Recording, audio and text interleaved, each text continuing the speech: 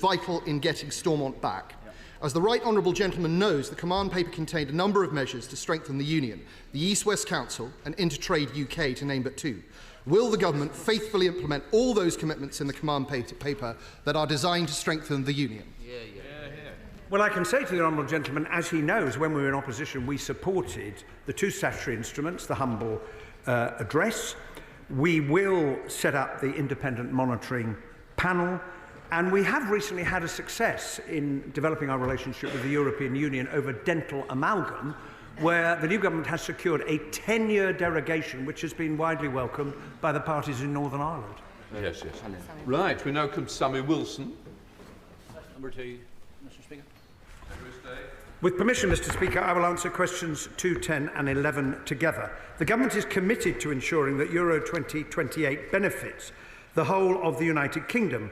We are working as quickly as possible with all partners to assess the options on the Casement Park project. Sammy Wilson. Thank you, Mr. Speaker. Many people were surprised when the Secretary of State first made it his priority to deliver on Casement Park, committing £320 million for a stadium to host 5 matches at a time when there are huge waiting lists to be dealt with in the health service. Special needs education needs funding and social housing needs funding is an indefensible use of public money. Can the Secretary of State give us an assurance that the Government's view has not been influenced by any personal interventions by the Chief of Staff of the Labour Party, who has this is a personal project, and can he confirm that such intervention would be a breach of public standards in public life? Well, can I say to the Honourable Gentleman, what I said, it was a priority because a decision needs to be made. The fact is the Government has inherited a commitment to hosting the Euros at Casement Park. It is now a year and 3/4 since UEFA awarded that right to Northern Ireland and to the United Kingdom and Ireland. Nothing has happened during the year and 3/4 since then to progress the project. We're left with a situation where the cost has gone through the roof, and we don't know, even if you had the money, whether you could build it in time, and that is why the Government is looking at it, and that's why I said it was a priority to make a decision. Hannah.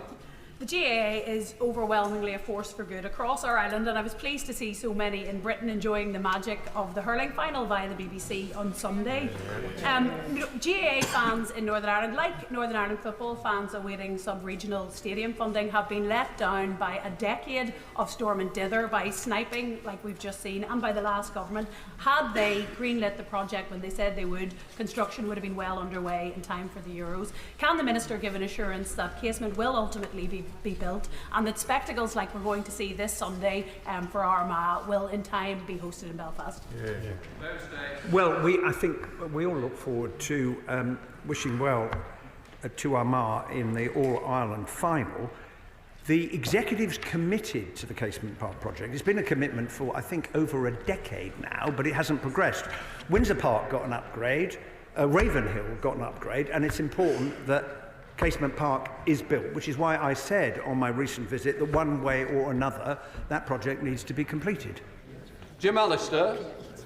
Will the Secretary of State explain to the 356,000 citizens of Northern Ireland who await outpatient admissions and appointments, to the 94,000 who await inpatient admissions, why, in the Government's view, it seems to be a priority to pour hundreds of millions of pounds into a GAA sports stadium instead of fixing our health service? And if the Government commits money, and if the Euros do not come to Belfast, won't the Government be in the position where the rugby stadium, the football stadium didn't get a penny of Treasury or NIO money, but GAA did? How could that be fair, and how could that be proportionate? Well, I hope very much that sport will be a force for unity in Northern Ireland rather than a source of division. And when it comes to the health service, the Honourable Gentleman makes a very powerful point. The state of the NHS in Northern Ireland, with the longest waiting lists in the United Kingdom, is a function, if I may say so, of decisions that the Executive has failed to take over many years, and the people of Northern Ireland want to have a better health service, and that needs the plan which the new Health Minister is committed to. Rachel Hopkins. Does the Secretary of State agree that we wouldn't be in the final minutes of extra time as to whether Casement Park could be rebuilt in time for the Euros if the previous government had actually done something about it after we were awarded host status some year and 3 quarters ago? Well, I agree with my honourable friend. I mean, the facts speak for themselves. A year and 3 quarters since we were awarded that wonderful opportunity to host the Euros, nothing has happened on the project. Saoirse Eastwood. Question number 3, Mr. Speaker. Thank you very much indeed, Mr. Speaker. With permission, I will answer questions 3 and 9 together. The interim fiscal framework agreed earlier this year introduced a needs-based funding formula set at 124% of spending per head in England, based on the advice of the Northern Ireland Fiscal Council, and we are committed to taking forward these discussions with the Executive. Saoirse Eastwood. I welcome the Secretary of State to his place and I look forward to working with him in his new role. Fixing Northern Ireland's financial framework is crucial to ensuring our public services are properly resourced and indeed impacting on my constituents of Lagan Valley. Will the Secretary of State ensure that any new arrangements are fully baselined and informed by independent expert analysis? Well, the reason that the Northern Ireland Fiscal Council was set up was to answer the question, help to answer the question about what the need is in Northern Ireland. They came up with a range between 121 and 127% and opted for 124% in the middle. The fact that that was in the interim fiscal framework that the last government negotiated is welcome, was welcomed by the Finance Minister in Northern Ireland. We're committed to taking those discussions forward, and I understand that the Finance Minister in the Executive has already met the new Chief Secretary to the Treasury. Jim Shannon. Thank you, Mr. Speaker. Can I also welcome the Secretary of State to his place and wish him well in the role that he now plays. The Chancellor has indicated there will be a 5% increase in the wage for health workers and for those in the education sector. Unfortunately, under the Barnett consequential which we presently have for Northern Ireland, it means that 5% will not mean 5% to those involved in the education sector and the health sector in Northern Ireland. So can I ask the Secretary of State this question? Will he urgently look at this issue to ensure that the health workers and the education workers in Northern Ireland deserve the same increase in their wages as they do in the mainland? Because quite clearly, I'm here for them. Well, as the honourable gentleman will be well aware, decisions about pay in Northern Ireland are a matter for the Executive. But any additional spending in England will apply through the Barnett consequentials to Northern Ireland in the normal way. Tony Antoniazzi. Mr. Speaker, now I welcome the Secretary of State's commitment to needs-based funding for Northern Ireland. Does he agree that how the funding is allocated and how further revenue might be generated are matters for the devolved administration and for the Assembly? Well, I certainly do agree, because look, all governments, and it includes the Northern Ireland Executive, has the money it's got coming in, the money it can raise in addition, and how it is going to prioritise its spending. And the Northern Ireland Executive does have more funding per head of population than in England, and it is for the Executive to take decisions about what their priorities are and to allocate the funding accordingly. Shadow Minister Paul Holmes. Thank you, Mr. Speaker. It's very kind. Can I welcome the Secretary of State and the Minister of State to their positions and thank them for their gracious phone call last week to welcome me and my right honourable friend to our positions too. On Monday, the Business Secretary slipped out a written statement rather than coming to this House, revealing that the government had decided not to proceed with an export development guarantee or emergency loans that would save Harland and Wolff despite its unique role and outstanding defence contracts. Will the Secretary of State now use their position to continue the support the last government gave to Northern Ireland and make it very clear to the Treasury that the people of Northern Ireland expect that the government should intervene in this case and support Harland and Wolff, which is desperately needed? Well, I congratulate the honourable gentleman on his appointment. The reasons for the government's decision about Harland and Wolff were very clearly set out in the written ministerial statement that my right honourable friend, the Business Secretary, laid before the House. Harland and Wolff are now talking to their main supporters, Riverstone, about potential additional financial support. We are committed to shipbuilding across the United Kingdom, including in Northern Ireland, and as that written ministerial statement made clear, Harland and Wolff is an essential part of the contract, the £1.6 billion contract for the fleet solid support ships. Gabby Robbins. Number 4, Mr. Speaker. Thank you, Mr Speaker, and I must say I'm delighted to be appointed to this role. I look forward to working closely with executive ministers to see public services transformed in Northern Ireland, and I'll be meeting with the First and Deputy First Ministers tomorrow in Stormont, as well as with the Northern Ireland Health Minister, Mike Nesbitt. Mr Speaker, can I welcome the Minister of State and the Secretary of State to their positions. Delighted to see them in post, and I know that they are committed to seeing effective public services and stability of the institutions in Northern Ireland. But can I just caution that on the last number of responses we've received from the front bench, that we're having this recurring conversation that the fiscal framework that was announced back in December on an interim basis does not solve the problems that we have. And even the stabilisation money that was agreed back in December has already been forecast as necessary to sustain pay in Northern Ireland. Can I ask the Minister of State to engage earnestly not only in what government has been saying for the last 6 months of this hue and of the previous government, but to recognise that to provide good public services in Northern Ireland, we not only need to sustain but transform. I agree with the honourable member. There's money allocated specifically for transformation of public services to improve service delivery outcomes. In Northern Ireland, 3 in 10 people are on an NHS waiting list. That number is 1 in 10 here in England. That is a figure that needs to be transformed to transform health outcomes. I will be talking about funding when I meet with executive ministers, but I would also be talking about other ways in which our doors are open, those of other ministers across the government too, in which we're determined to work together to transform public services. Bob Blackman. Number 5, Mr Speaker. Thank you very much indeed, Mr Speaker. With permission, I will answer questions 5 and 12 together. As set out in the King's Speech, the Government is committed to repeal and replace the Legacy Act. As well as scrapping conditional immunity, we will set out steps to allow Trouble-era inquests and civil claims to resume. We will consult with all interested parties on a way forward in a way that can obtain support of victims and survivors and comply with our human rights obligations. Bob Blackman. Speaker, I congratulate the Right Honourable Gentleman on his appointment and for his answer. Clearly, any delays, of course, will inbuild a legacy for the victims and their families who've waited a long time for closure on these particular issues. I understand absolutely the need to create a consensus across Northern Ireland for what is going to be proposed. But could he set out for the House the timeline and the plan for actually achieving that, and also agree to come back to the House and update the House when that plan is ready? Well, I'm very happy to give the honourable member that assurance about keeping the House informed and reporting to it on my plans. I can say to him, as far as the Independent Commission is concerned, the Government has decided that we will retain it because the Stormont House Agreement that we say we want to return to the principles that it set out envisages both information recovery and continued investigation.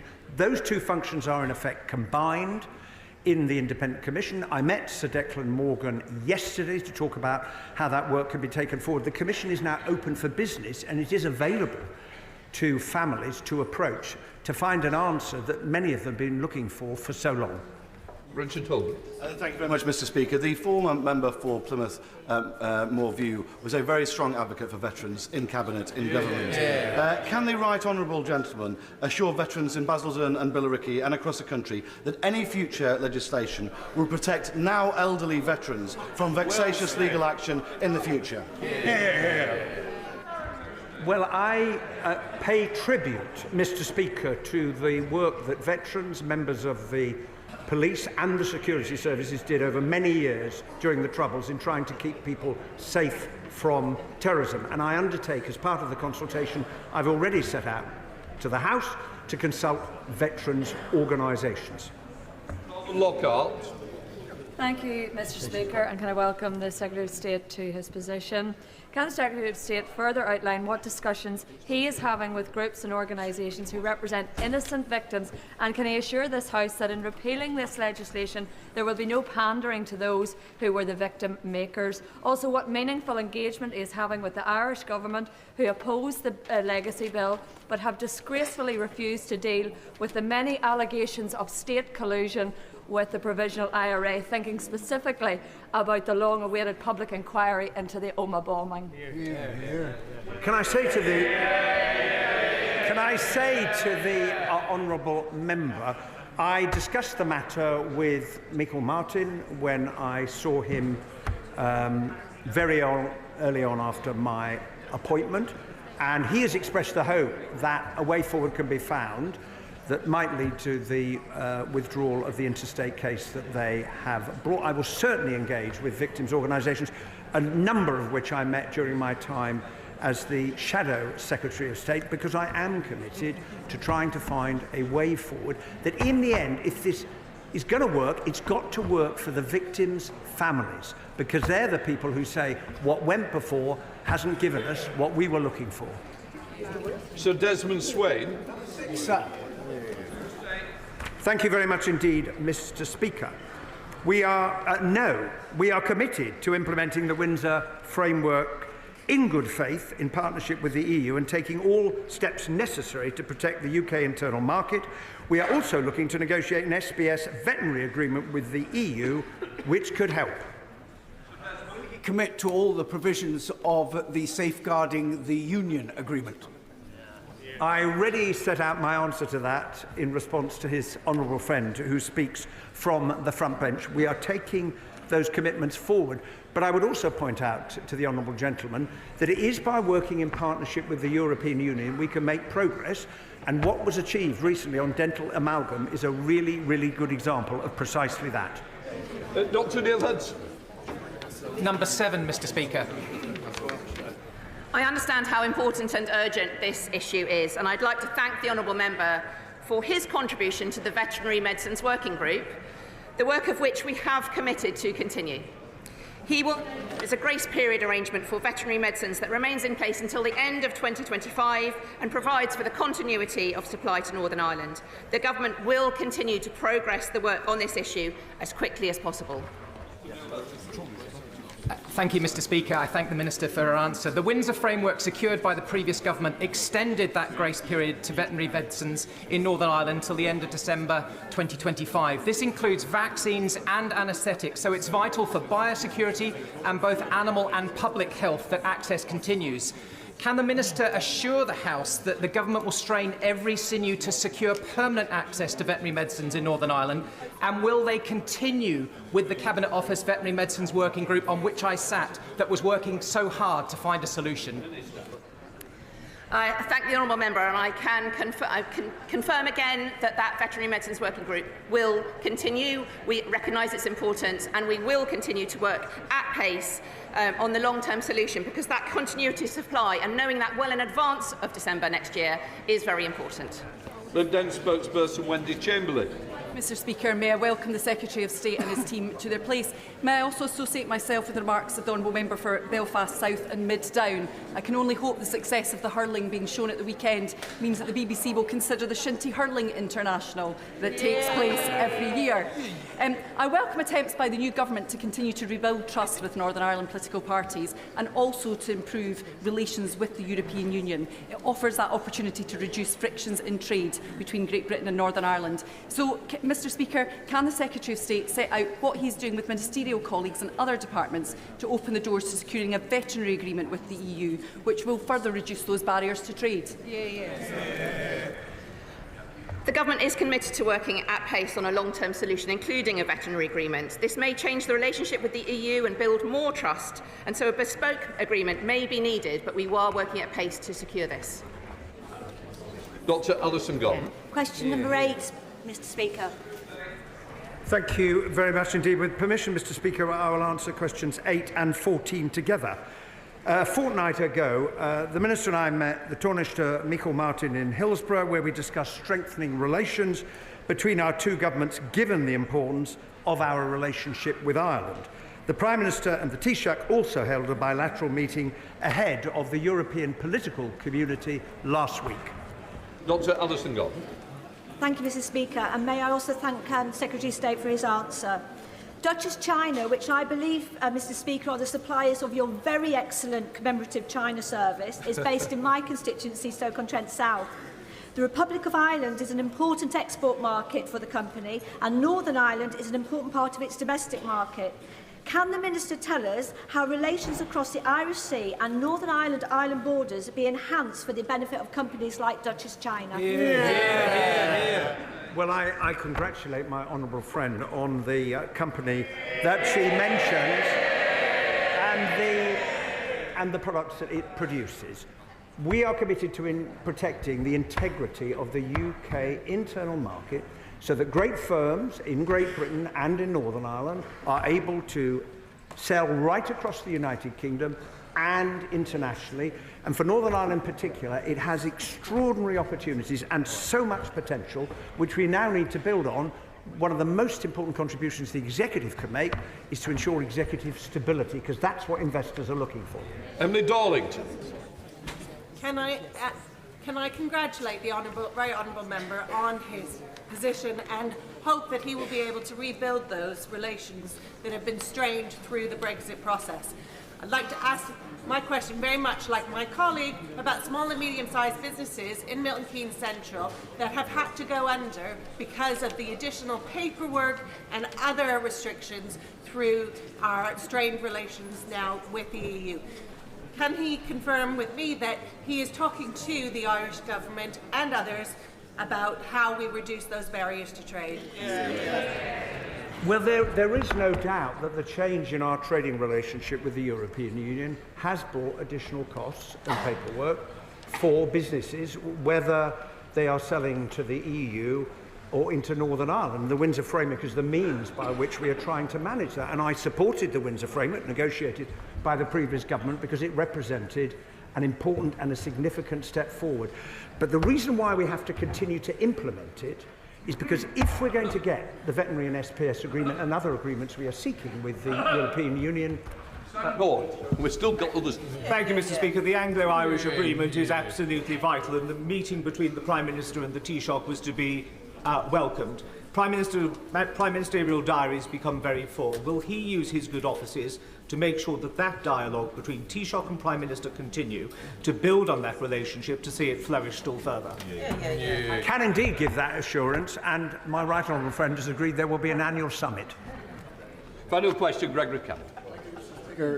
In discussions with the Irish Government, does he agree with me that ensuring that they understand that the vast majority of people in Northern Ireland, whether they consider themselves to be British, Irish or Northern Irish, can see that there's a United Kingdom context that allows them that diversity, and that improving the lives of existing generations is the best way to preserve the lives of everyone for the future? I join with the honourable gentleman in that commitment to improving the lives of the people of Northern Ireland, and that is something that we as a government are committed to work on with him and all of his colleagues in Northern Ireland. Can I welcome the Prime Minister Leader of the Opposition and all new members to the first questions to the Prime Minister, and in which case we're going to start with Callum Miller. Question 1, sir.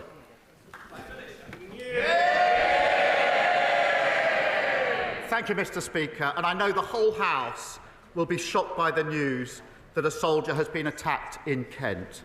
Our thoughts are with him, his family and our armed forces, who serve to keep us safe. We wish him a swift recovery. Yeah. Mr. Speaker, the whole House will also want to join me in wishing Team GB good luck as they travel to Paris for the Olympic Games. And Mr. Speaker, this morning I had meetings with ministerial colleagues and others discussing how this government will bring about the change the country has decisively voted for. In addition to my duties in this House, I shall have further such meetings today. I begin by welcoming the Prime Minister to his first questions as Prime Minister. I also associate myself with his remarks about the soldier in Kent and, of course, my wishes to the British Olympians. At Coombe, in my constituency, Thames Water has pumped sewage into the River Evenlode for over 2,600 hours in the last year. Thames Water was allowed by Ofwat to withdraw £7 billion in dividends, yet now wants to jack up my constituents' bills. I welcome the water bill in the King's speech, but would the Prime Minister agree with my constituents and me that the system is broken? And will he now commit to scrapping Ofwat and replacing it with a tougher regulator that will finally put people and planet ahead of water company profits. Can I welcome the honourable member to his place and thank him for raising this important issue in relation to water. And customers should not pay the price for the mismanagement by water companies, and we've already announced immediate steps to put water companies under tougher regime, and the Minister for Water will meet the bosses of failing companies to hold them to account for their performance. After 14 years of failure with our rivers and beaches, it falls to this government of service to fix the mess of the failure of the last 14 years. Thank you, Mr. Speaker, and I welcome the Prime Minister to his place. Mr. Speaker, many young trans people and their families are extremely concerned about the restrictions on puberty blockers implemented by the last government.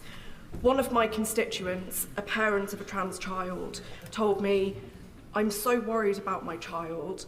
I'm terrified for what this means for them and where Britain is going on these issues."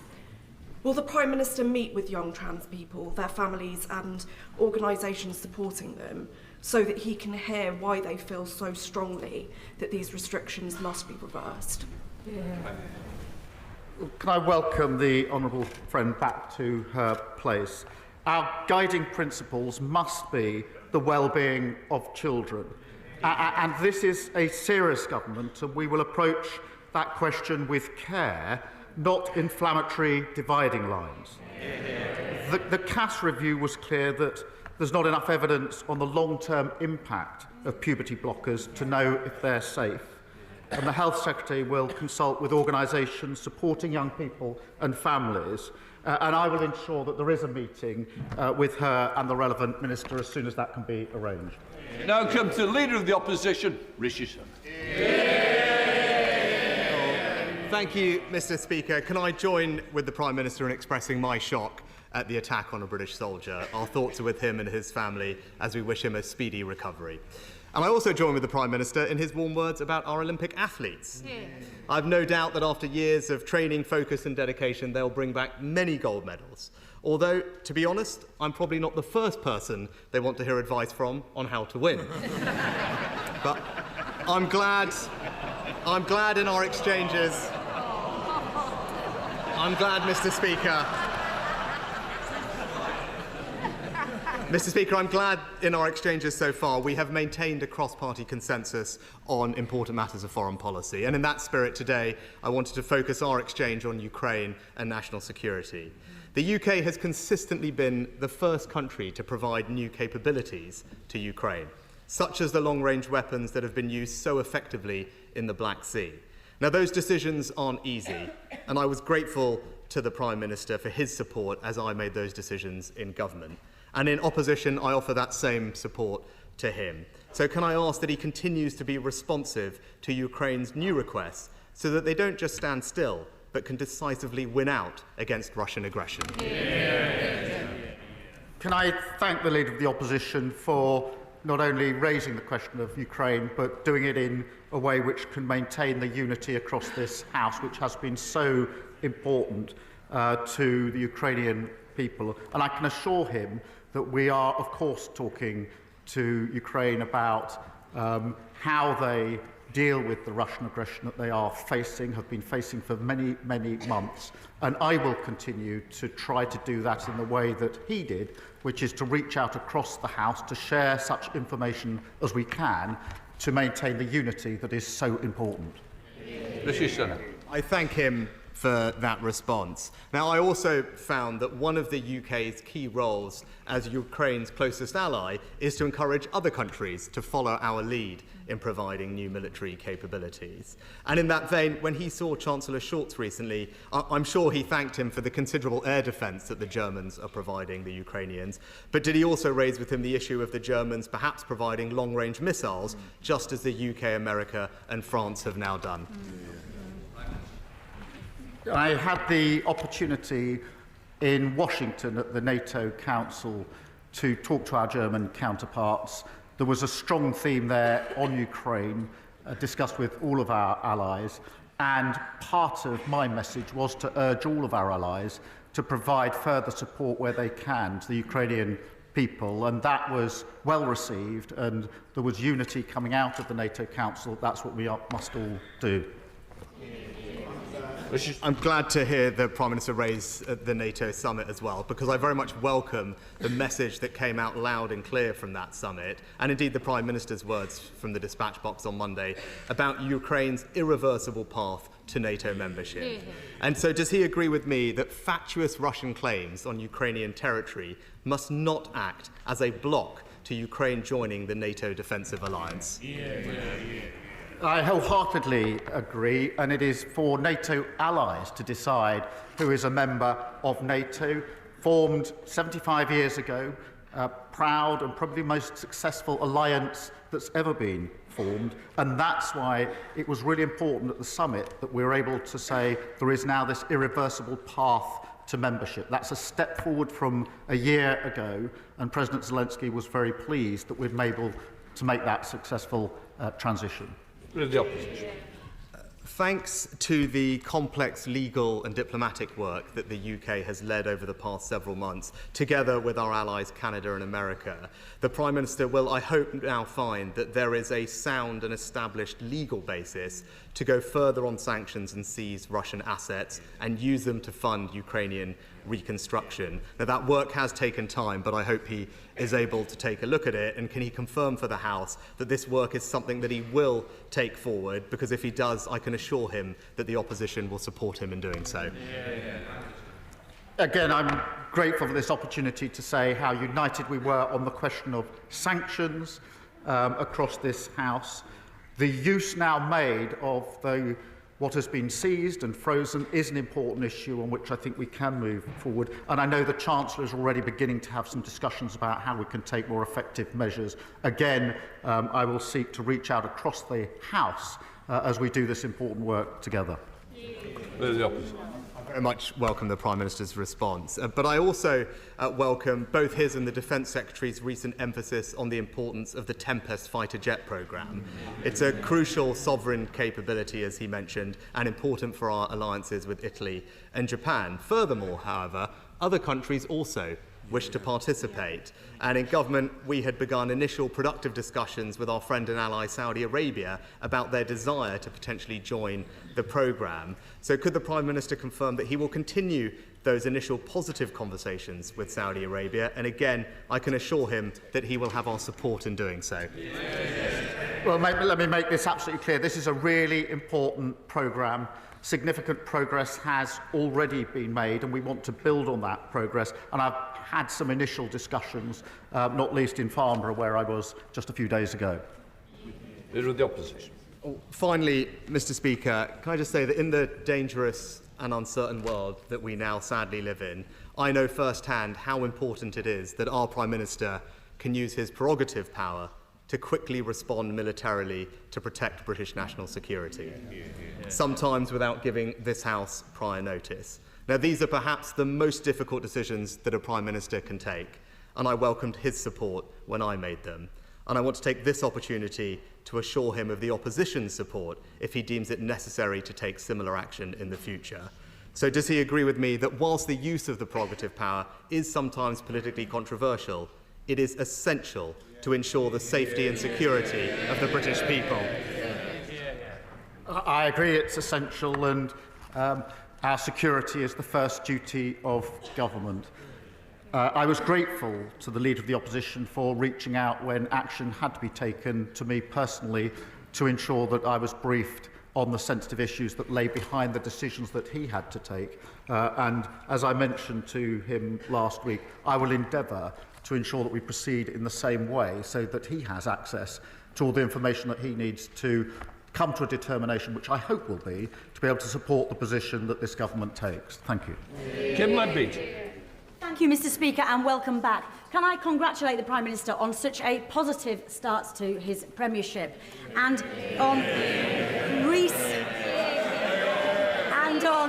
resetting the dial on politics as public service, as a force for good, irrespective of our different views and opinions in this chamber and beyond. It's a very important message. And as such, would he join me in wishing the very best of luck to the 83 cyclists who have set off from West Yorkshire this morning on the 9th Joe Cox Way bike ride, travelling 280 miles down the country to London, celebrating all that we have in common through the power of cycling, including, sadly for the cyclists, probably quite a lot of sore legs and aching muscles.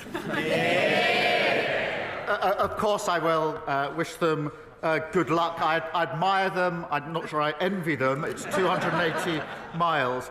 But it's a brilliant cause, and the whole House, I think, misses our dear friend Jo. And I know that she would have been incredibly proud to have seen this government in place and would have played a big part in it. And, you know, I'd like to welcome my honourable friend back to her place. And I know that she will continue in Jo's spirit with the same dedication and determination. And I think I'm right in saying that her parents, and of course Jo's parents, are with us in the gallery today to see this first PMQs. We will always have more in common than that which divides us. It comes to the Leader of the Lib Dems, Sir Ed Davey.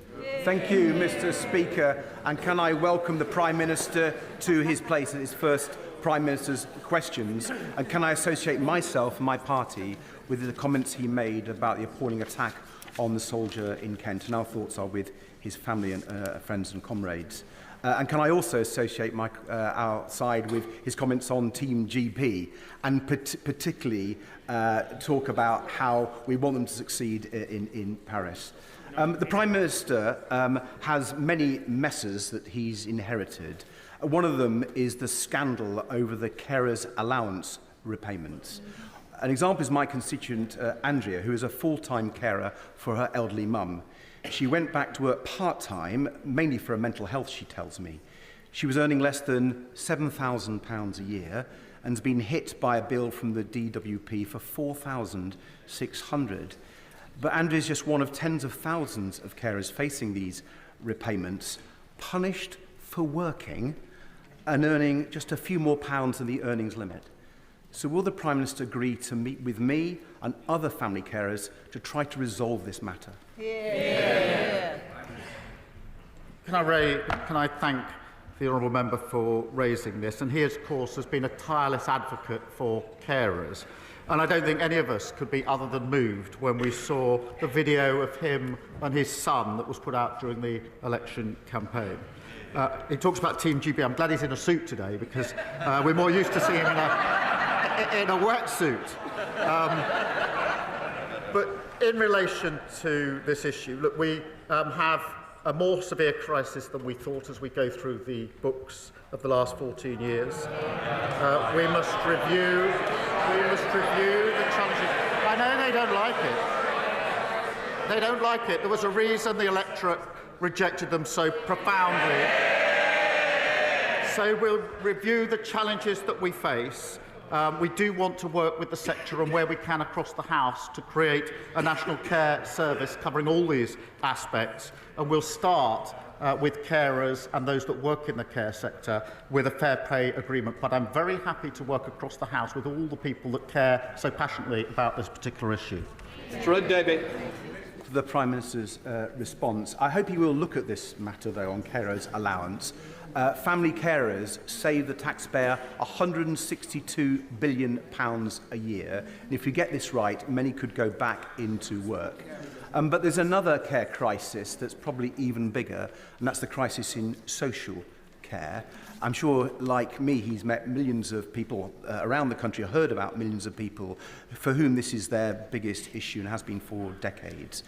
After a once-in-a-century election, does he not think there's an opportunity for a once-in-a-century chance to fix social care and thus help our NHS? So can I ask him to set up a cross-party commission on social care so we can address this urgent matter? He's right, it is a crisis. I'm sorry to have to report to the House it's not the only crisis that we've inherited. There's a crisis and a failure absolutely everywhere after 14 years of failure that this government of service will begin the hard yards of fixing, including on social care. We will work across the House. We do endeavour to create a national care service. That will not be easy, but we can begin the first steps, and we will share that across the House where we can. And a little bit. Thank you very much, Mr. Speaker. For decades, my constituent, Jack Taylor, has been continuously ignored by previous governments. He and other nuclear veterans have been denied access to their medical records and compensation. The Prime Minister has rightly said these national heroes deserve full accountability and justice. Will he therefore consider supporting a special tribunal with statutory powers into this 70-year-long scandal?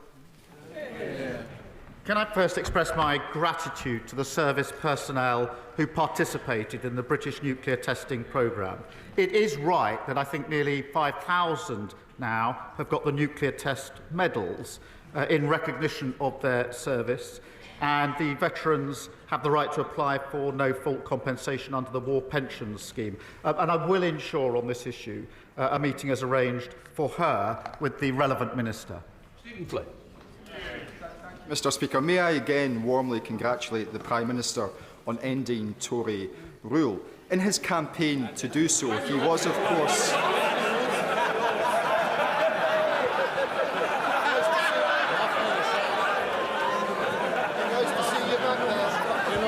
They're too close for comfort now. They're too close for comfort. In his campaign to do so, Mr. Speaker, he was, of course, joined by Gordon Brown. And just 5 days before the general election in Scotland, on the front page of the Daily Record, Gordon Brown instructed voters to vote Labour to end child poverty. Yet last night, Labour MPs from Scotland were instructed to retain the two-child cap, which forces children into poverty. So, Prime Minister, what changed? I'm glad he mentioned Gordon Brown, because the last Labour government lifted millions of children out of poverty, something we're very, very proud of. And this government will approach the question with the same vigour with our new task force. Already we've taken steps: breakfast clubs, abolishing no-fault evictions, decent home standard. Order. Props are not allowed to be used. Never mind, put it down. We don't need any more. Prime Minister. Mr. Speaker, already we've set up a task force to put that vigour in place. 3 breakfast clubs in every primary school, abolishing no-fault eviction, decent home standard, Awab's law, and a plan to make work pay. But I would just say this: before he lectures everyone else, he should explain why, since the SNP came to power, there are 30,000 more children in poverty in Scotland. Thank you very much, Mr. Speaker. I'm pleased to see the government's swift action in officially calling for an immediate ceasefire, the release of all hostages, a rapid increase of humanitarian aid into Gaza, the restoration of funds to UNRWA, the commitment to complying with potential ICC arrest warrants, and to recognising a Palestinian state. But too many innocent people are still dying every day. There is nowhere safe in Gaza. So what further pressure can the Prime Minister apply to bring about an urgent ceasefire?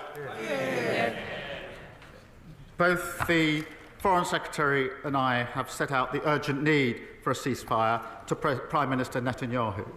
We want a pathway to a two-state solution, a safe and secure Israel alongside a viable sovereign Palestinian state. And I used my first overseas trip as Prime Minister, particularly at NATO, to raise this with world leaders. And under a Labour government, this subject will be discussed, negotiated and fought for at the highest levels on the world stage. The alternative is standing on street corners protesting. Ultimately, only one of those will deliver change. Geordie. Thank you very much, Mr. Speaker, and can I congratulate the Prime Minister and welcome to his place. And I'm sure he will want to reassure the many parents and teachers in Edinburgh West who've expressed concerns about the implication for our state education system in Scotland of the VAT increase in independent fees, which he proposes. Edinburgh City Council, led by the Labour Party, have produced 5-year projections which show we do not have capacity in the city to accommodate pupils who may leave the independent sector. Moreover, how will he ensure that the VAT raised in Scotland from those fees can be reinvested in already hard-pressed Scottish education? I do obviously understand the aspiration that parents who work hard and save hard have for their children that they send to private schools. But every parent has that aspiration, whichever school they go to. And I am determined that we will have the right teachers in place in our state secondary schools to ensure that every child, wherever they come from, whatever their background, has the same opportunity. And I do not apologise for that. Mr. Speaker, I welcome last week's announcement this government will be introducing a new publicly owned company, Great British Energy. This will be critical to ensure this country's energy security while meeting our climate goals and lowering energy bills. Will the Prime Minister make assurances to communities up and down the country that they will benefit from good skilled jobs and opportunities that Great British Energy promises to unlock? Yes, and I'm really pleased that Great British Energy will be owned by and for the British people. Investing in the energy systems of the future, that means cheaper bills, renewables are cheaper. It means security, so Putin can't put his boot on our throat, and it means the next generation of jobs for years to come. Thank you. And thank you very much, Mr. Speaker. The Prime Minister has achieved something that we didn't think would be possible in such a short period of time.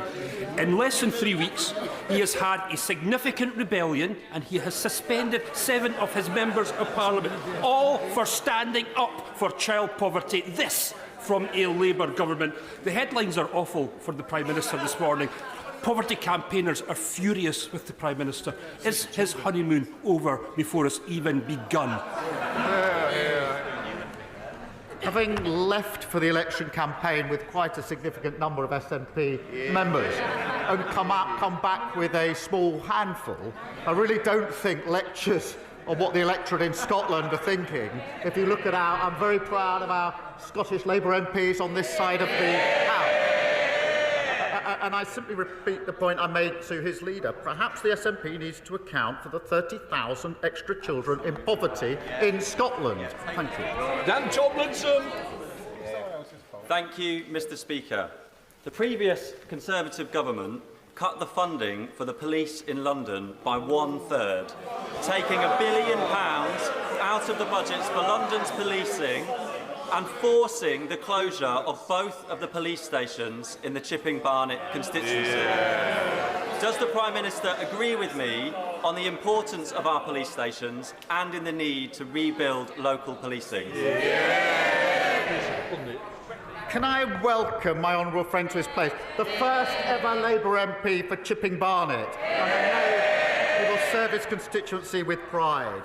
And our guarantee will put 13,000 extra neighbourhood officers and PCSOs back on Britain's streets, and that's a fully funded plan. He's right to say that the last government absolutely hammered police numbers, and he will have seen the impact of that in his constituency. And it is telling that the former Justice Secretary said at the weekend that that could perhaps have been done differently. And I'm glad to see the people of Chipping Barnet agree with that assessment and returned him for that constituency.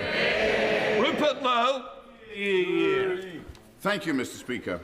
My constituents in Great Yarmouth have little doubt that uncontrolled legal and illegal immigration since 1997 has damaged and disrupted their community and undermined their public services.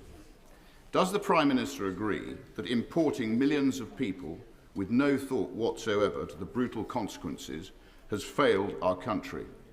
I know the good people of Great Yarmouth would much appreciate a yes or no answer to this straightforward question. I'm not sure I agree with his numbers, but look, I do think that it's serious that the previous government lost control of our borders. Record numbers have crossed the Channel. Since the Leader of the Opposition, when he was Prime Minister for 18 months, 50,000 people crossed the Channel. It's a serious issue that requires a serious answer. And that is why we will set up our Border Security Command to take down the gangs that are running this vile trade. What we won't do is waste further time on a gimmick that cost a fortune and remove just 4 volunteers. Bill Esterson. The Liverpool City region has one of the biggest concentrations of offshore wind in the world. 100,000 homes could be powered through the Mersey Tidal project. Yet some members opposite want to block the jobs, the lower bills and the energy security from renewable energy. So can I encourage my right honourable friend to resist the siren voices opposite and support a range of technologies, including the Mersey Tidal project, to maximise the benefits of clean energy for our country? Clean energy is at the heart of this mission-driven government. Boosting homegrown renewable energy is the best way to create new jobs, give us energy independence and lower bills for good. And that's why we'll be changing the planning rules to make sure that we can get Britain building again. And not just the houses, but everything that we need, including prisons, by the way, and to make sure we can deal with the mess that we have inherited. I'm pleased to hear of the viable projects that are being advanced, such as the Mersey Tidal project, and we'll look at them carefully. Lewis Clocking. Thank you, Mr. Speaker. It's a privilege to be the first Conservative member to ask the new Prime Minister a question at PMQs. Can the Prime Minister assure me and my constituents in Broxbourne that they will not just have a say, but a meaningful say over new development in the Greenbelt in their area? Can I welcome the honourable member to his place and be clear, we intend to get Britain building. We will change the planning regime in order to do so. It's held us back for far too long. Young people have not been able to own a home until they're way past the age of 35, denying them the basic dream of home ownership. Of course, we will work with communities, but we will take the tough decisions that the last government ran away from. Prime Minister, we've got much to be proud of in Ipswich, from a thriving arts and culture scene to beautiful parks and a stunning waterfront. Unlike our friends over the border in Norfolk, we also now have a Premier League football team again. Prime Minister is very welcome to join when Arsenal come visit next year. Despite all those positives, though, after the last 14 years, our town centre is really struggling and desperately needs help. Can the Prime Minister set out to this House the steps he will take to revive town centres like Ipswich? Can I again welcome my honourable friend to his place? Congratulate Ipswich on their promotion, though not on, I think it's Boxing Day when they visit Arsenal. I'm going to resist the temptation that he puts in front of me to choose between Ipswich and Norwich. But on town centres, he's right that we need vibrant high streets. We need to make the change that we voted in to bring about, and that's why we will replace the business rate system to level the playing field, and we will absolutely address regional inequality through our local growth plans. Jim Ramsey. Thank you, Mr. Speaker. The UK is one of the most nature-depleted countries on earth, so I welcome the government's signal that it's committed to nature recovery. This is critical to humanity's future, as it affects everything from food security to public health and well-being. Please could the Prime Minister tell us how he'll show leadership personally on this existential issue, and in particular, will he attend the 16th Biodiversity COP later this year, and will the UK government be launching a bid to host a future UN Nature Summit? We are committed to nature recovery. It's a really important issue that this government will tackle. And he talks about leadership, and I'd ask him to show some, because it's extraordinary that, elected to this House as a Green politician, he's opposing vital clean energy infrastructure in his own constituency.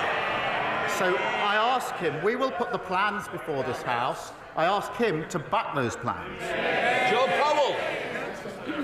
Mr. Speaker, on Sunday night at a community event in North Kensington attended by hundreds of people.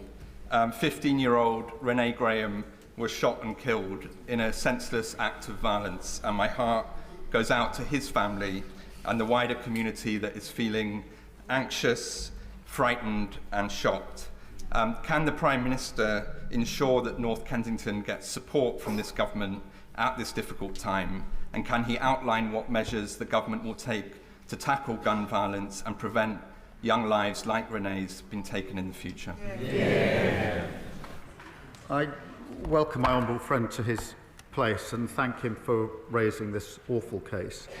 The loss of a teenage boy in West London is shocking, and our thoughts, and I'm sure I speak for the whole House, are with his family and friends. I do urge the public to support the Metropolitan Police with any information which could help in their investigation, which is ongoing.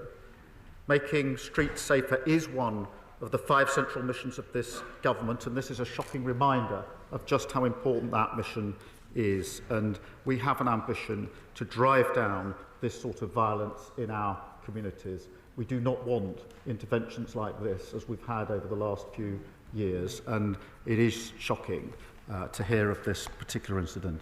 Vickers.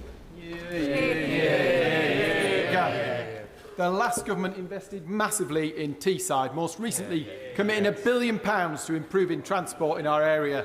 That money will protect the future of our iconic transporter bridge, upgrade Thornaby train station, create a new transport hub at Teesside Park and much, much more. Can the Prime Minister confirm, are we still getting our £1 billion, or is Labour turning its back on Teesside?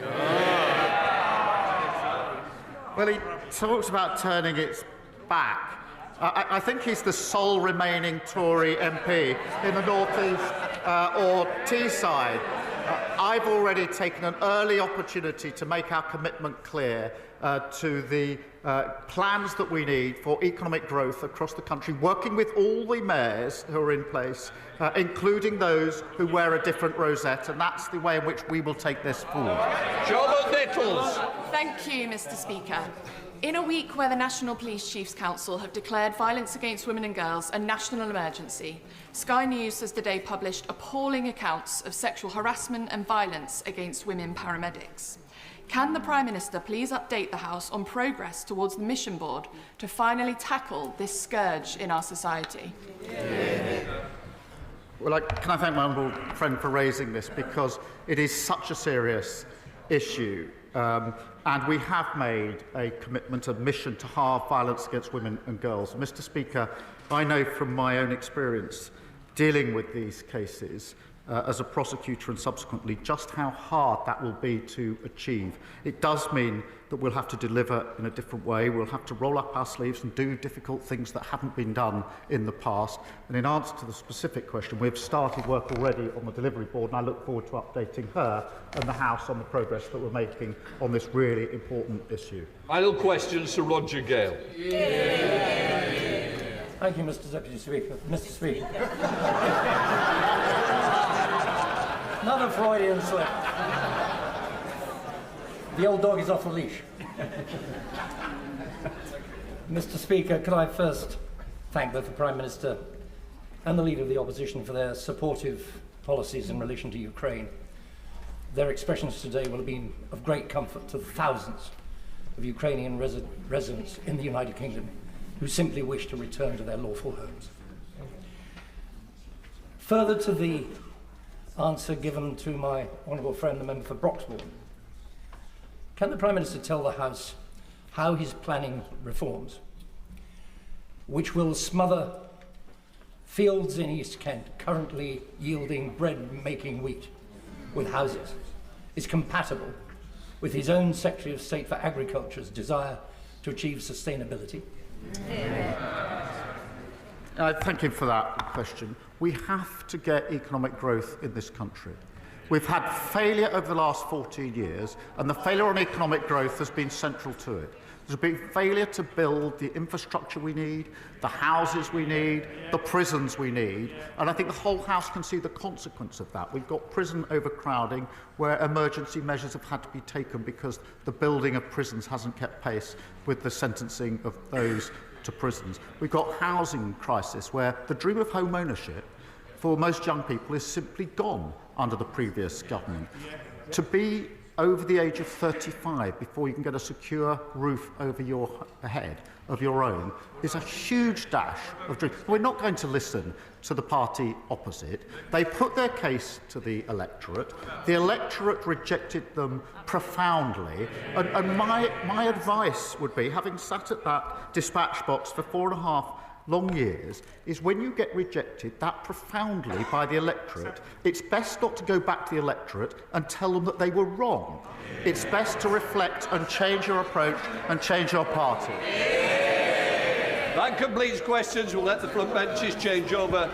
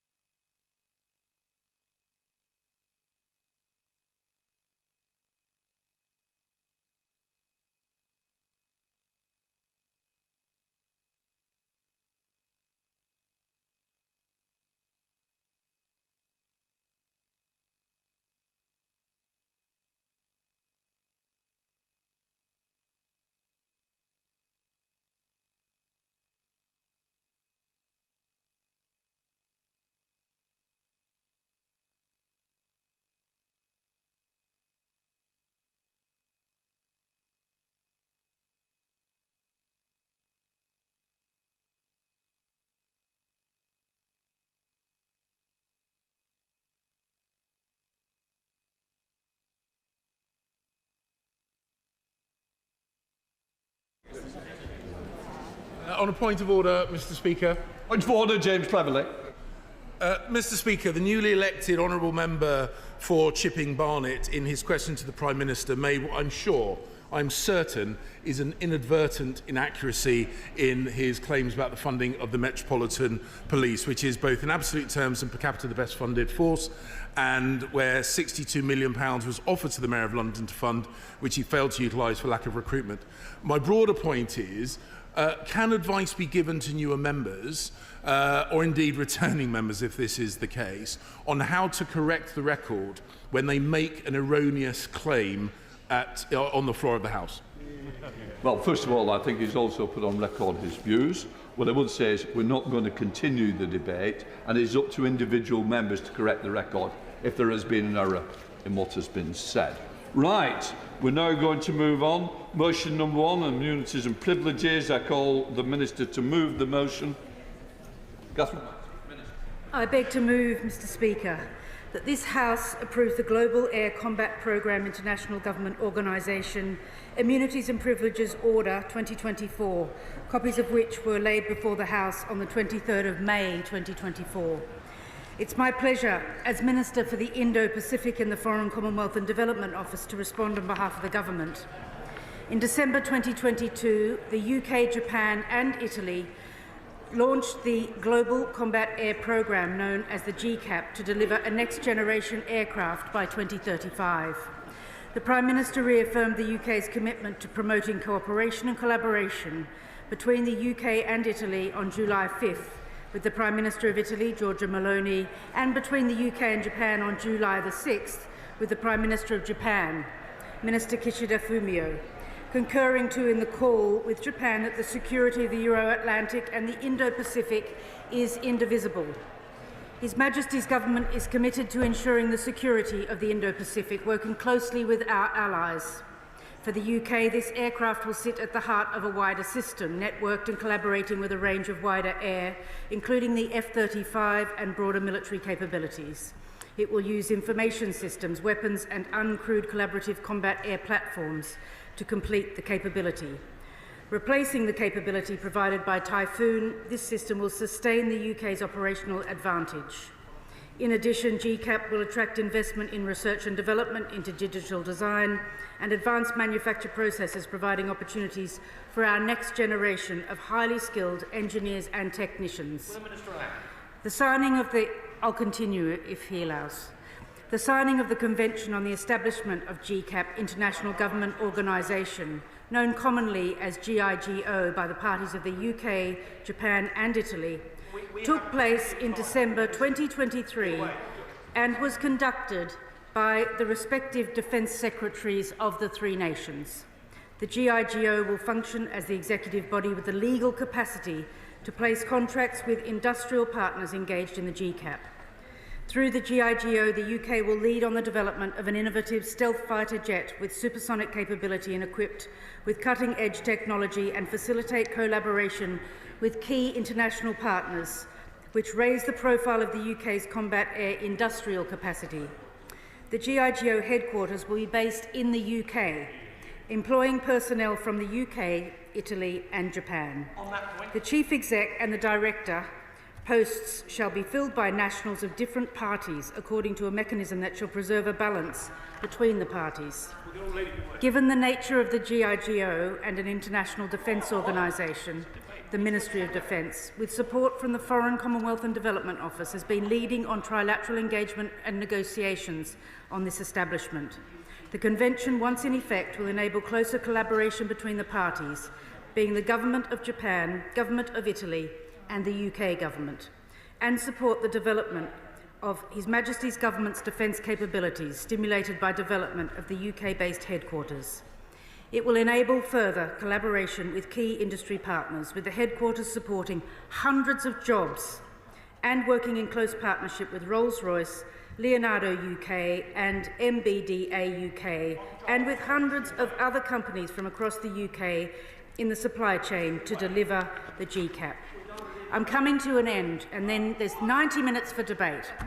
This order in Council is a statutory instrument and forms part of the secondary legislation needed to confer legal capacity and privileges and immunities on the GCAP International Government Organisation and accords certain privileges and immunities to the organisation's personnel and the representatives of the parties to the Convention.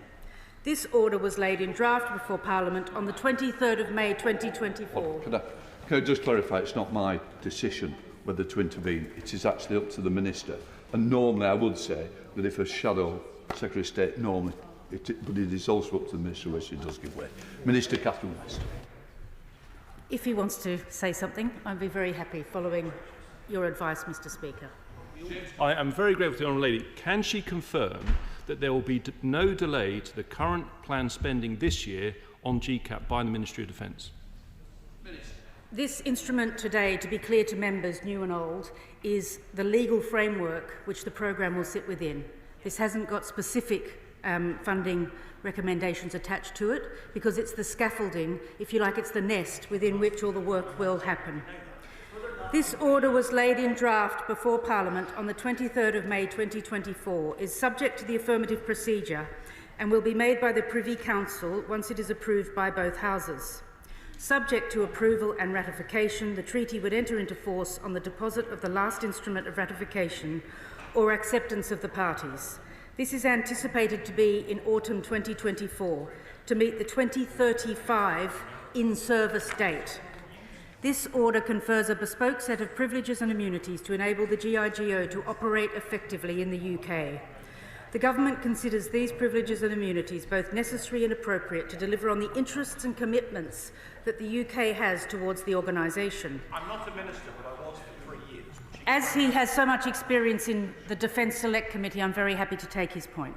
I thank the Minister for giving way. She's a Foreign Office Minister, I believe, heading this up, not a Defence Minister, which is interesting, but it is an international agreement.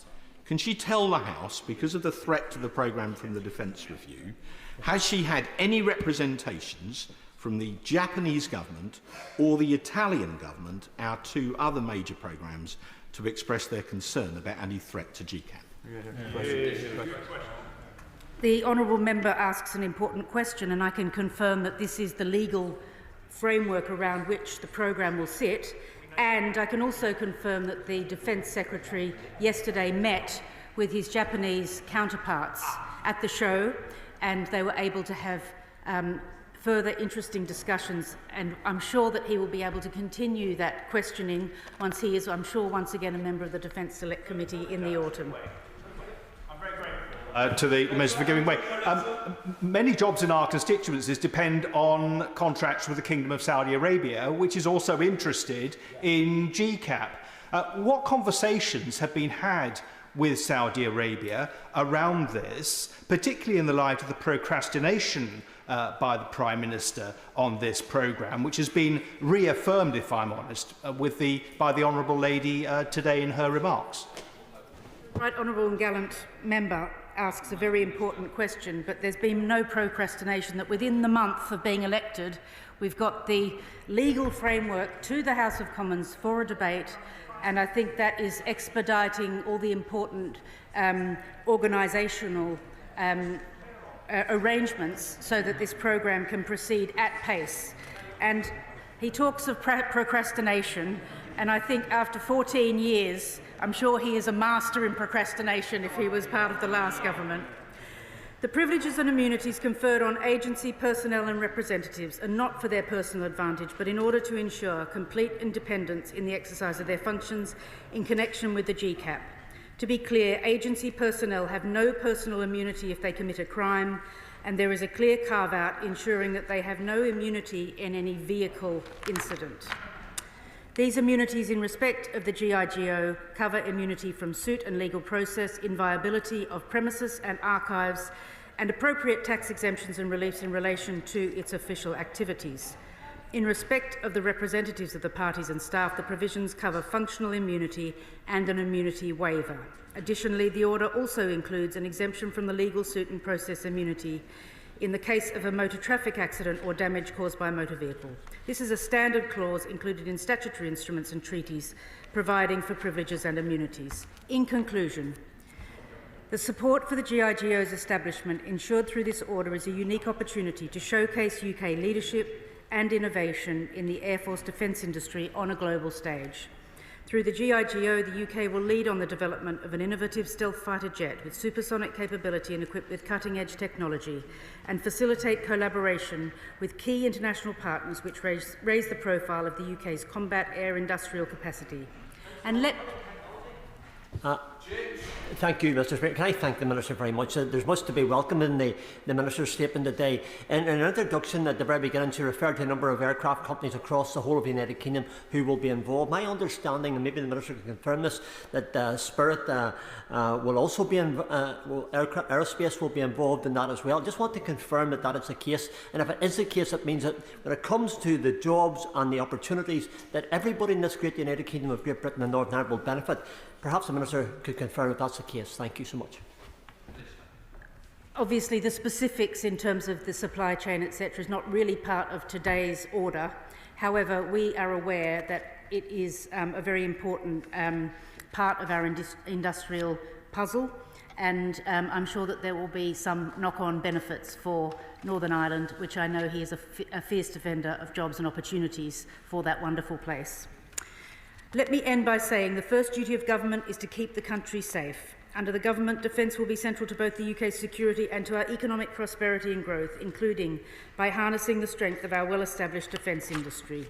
The GIGO is key to the GCAP, and the UK government continues to make positive progress with our partners, Japan and Italy, and I commend this order to the House. The question is, as on the order paper, I now call the Shadow Secretary of State, James Cole.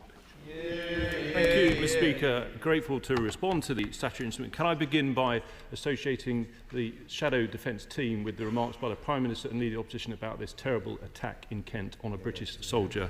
Our thoughts are with his family. I can confirm that we support the measures before us and recognise that they are necessary to deliver into law the administrative governance for the Global Combat Air Programme, GCAP. Whilst this is a Foreign Office measure today, the SI was prepared with strong input from the Ministry of Defence, which I can confirm as it certainly crossed my desk when I was Minister for Defence Procurement. May I put on record that it was a great honour to serve as Defence Procurement Minister with significant responsibility in relation to GCAP, Mr. Speaker, and alongside the two previous Secretaries of State, Ben Wallace and Grant Shapps. In particular, it was a privilege to engage with our international GCAP partners from Italy and Japan, whom I had the pleasure to host last September in Lancaster House for trilateral discussions. This is not just about delivering UK military capability in the crucial area of combat air, but doing so to the benefit of two great partners, and in the case of Japan, one that faces the threat of China and Russia right on its doorstep. Since that trilateral, the project has achieved significant goals, not least the signing of the international treaty last December that we are legislating for today, a treaty that establishes the legal basis for the formation of a new GCAP international organisation, the GIGO. I'm delighted we're able to agree that the international HQ of the GIGO will be in the UK, but in keeping with the spirit of equal partnership that underpins GCAP, with the first chief executives of the GCAP agency and joint venture respectively being from Italy and Japan.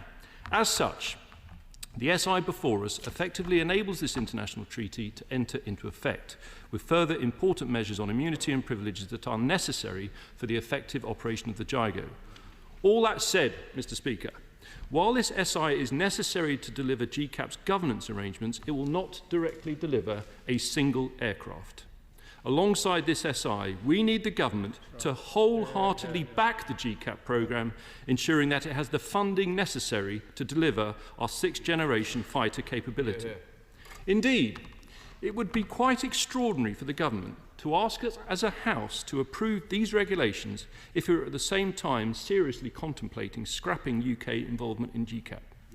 And yet, that prospect has figured prominently in the press in recent days, for whilst the best of British defence aviation has been gathered at Riyadh and Farnborough, incredibly, the government has not been able to repeat the previous wholehearted backing of GCAP that it gave prior to the general election.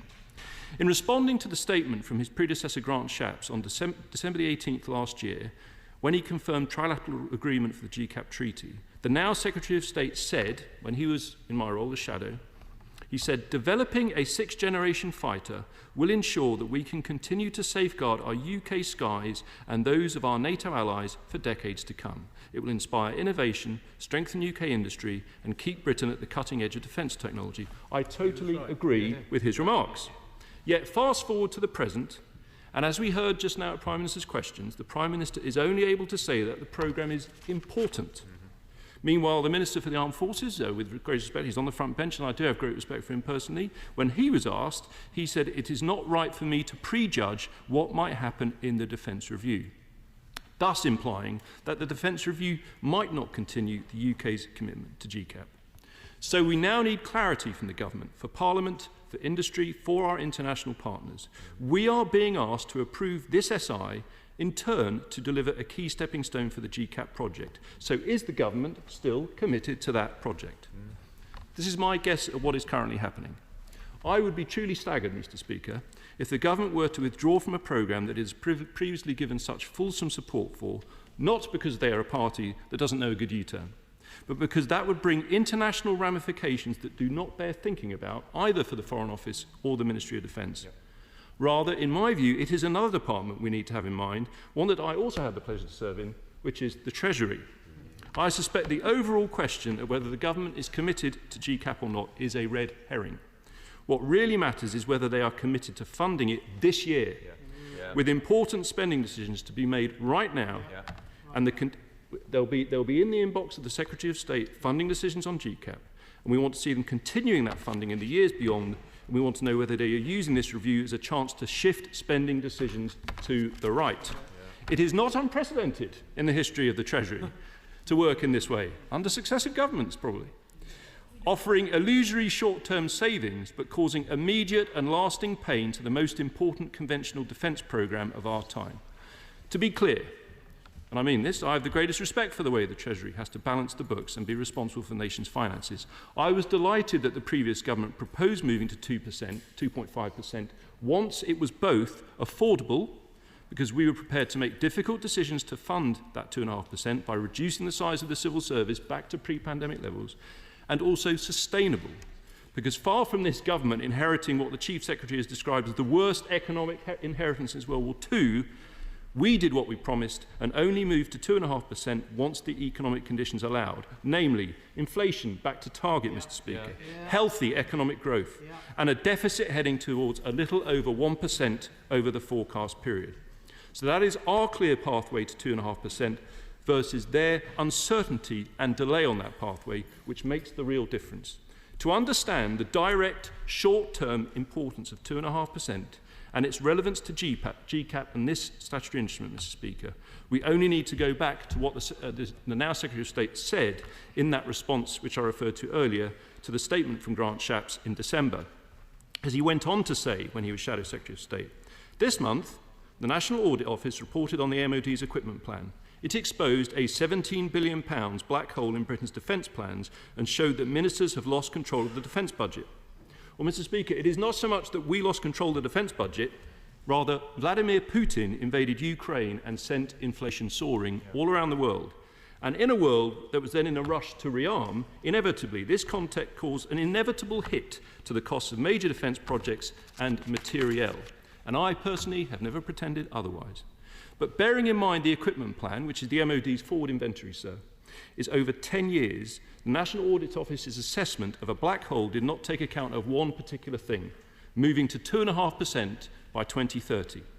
So as I said in my wind-up to Thursday's debate on the gracious speech, by setting out a fully costed and clearly timetabled pathway to 2.5%, we were able to fix that pressure, to deal with those funding pressures head-on and ensure that our largest two programmes, the nuclear deterrent and GCAP, would be stabilised and, as a result, properly funded into the future. And I asked the then Foreign Office Minister, responding to my wind-up speech, to confirm that their timetable would not put funding of either programme at risk, and there was no answer. And we've had no answer today either. This is the problem.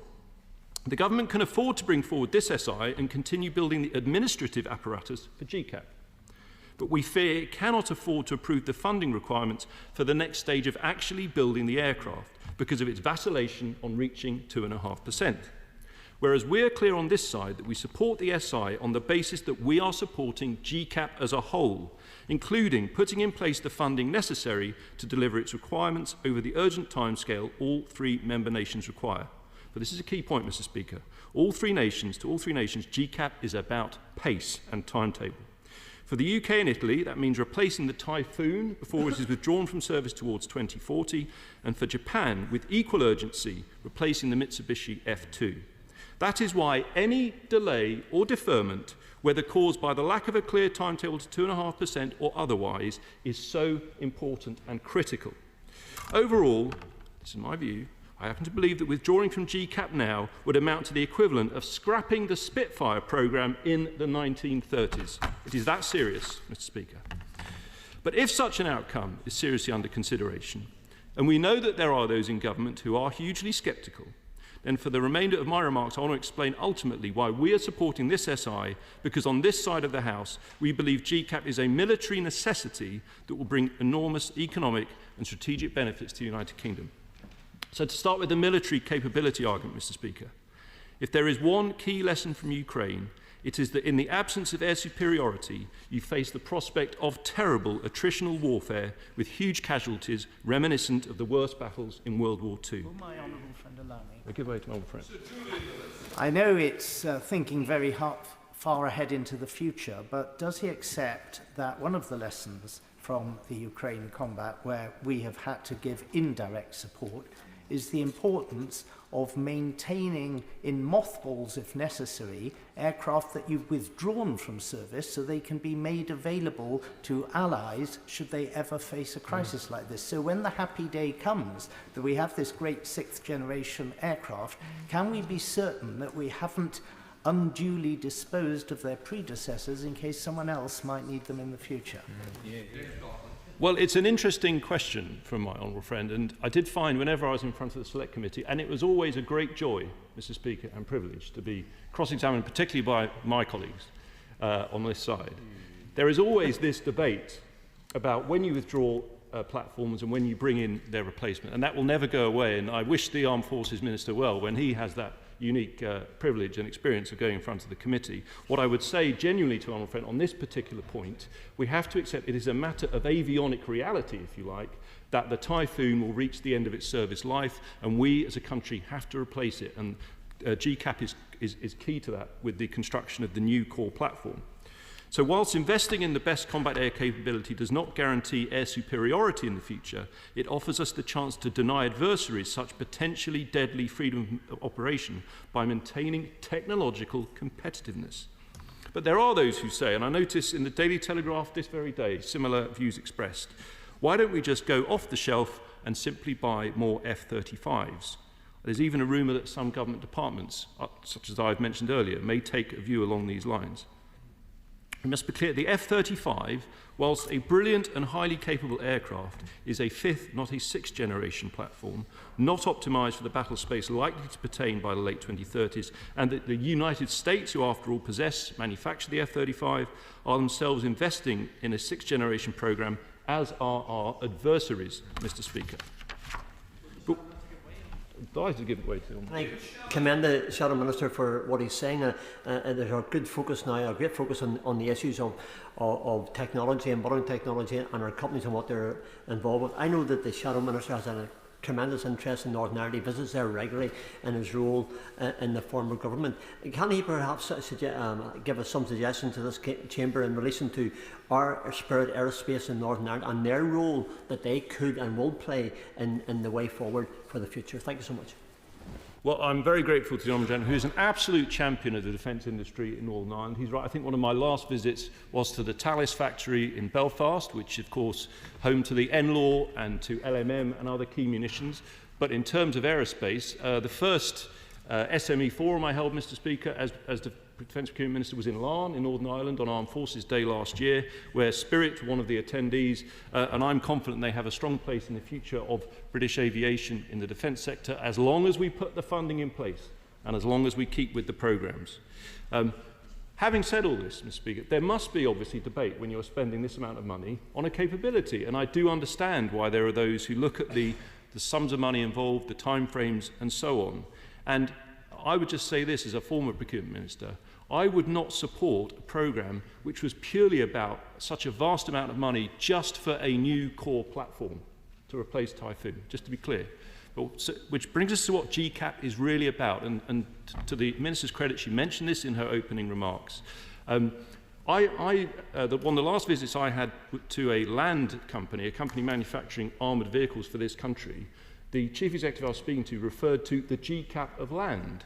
And the point is, when we talk about GCAP, yes, the A stands for air, but really, when we use GCAP in military capability terms, it means as much about how you work with autonomous systems, with uncrewed systems. This is really what the key to the sixth generation concept is. I'm very passionate about this. I was proud to bring forward the first defence drone strategy, Mr. Speaker, at the Ministry of Defence. And I think that whilst there are those concerned about the time frame, I'll just make these points. First of all, actually, the timescale for delivering GCAP is very ambitious compared to Typhoon. But in particular, there are benefits we can bring from this in capability terms on a much shorter timescale. We heard the Chief of the General Staff, who was talking about the need for the Army to be able to fight a war within 3 years. And when I was Defence Procurement Minister, I was keen to ensure that all of the services were looking at what they could do to boost lethality and survivability in the near term. And surely the key to that is how we make use of uncrewed systems, Mr. Speaker. The United Kingdom is incredibly well placed in this regard.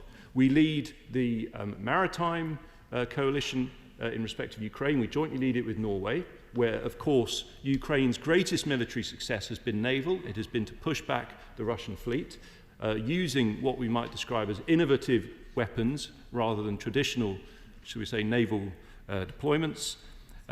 And likewise on land, the incredible importance of drones, it cannot be overstated. Indeed, even the psychological impact of those fighting out there. But please give way to me. Mr. Speaker, I totally confer and agree with what the Minister is saying with regard to the requirement and necessity of sixth generation aircraft. And also in terms of maintaining sovereign capability.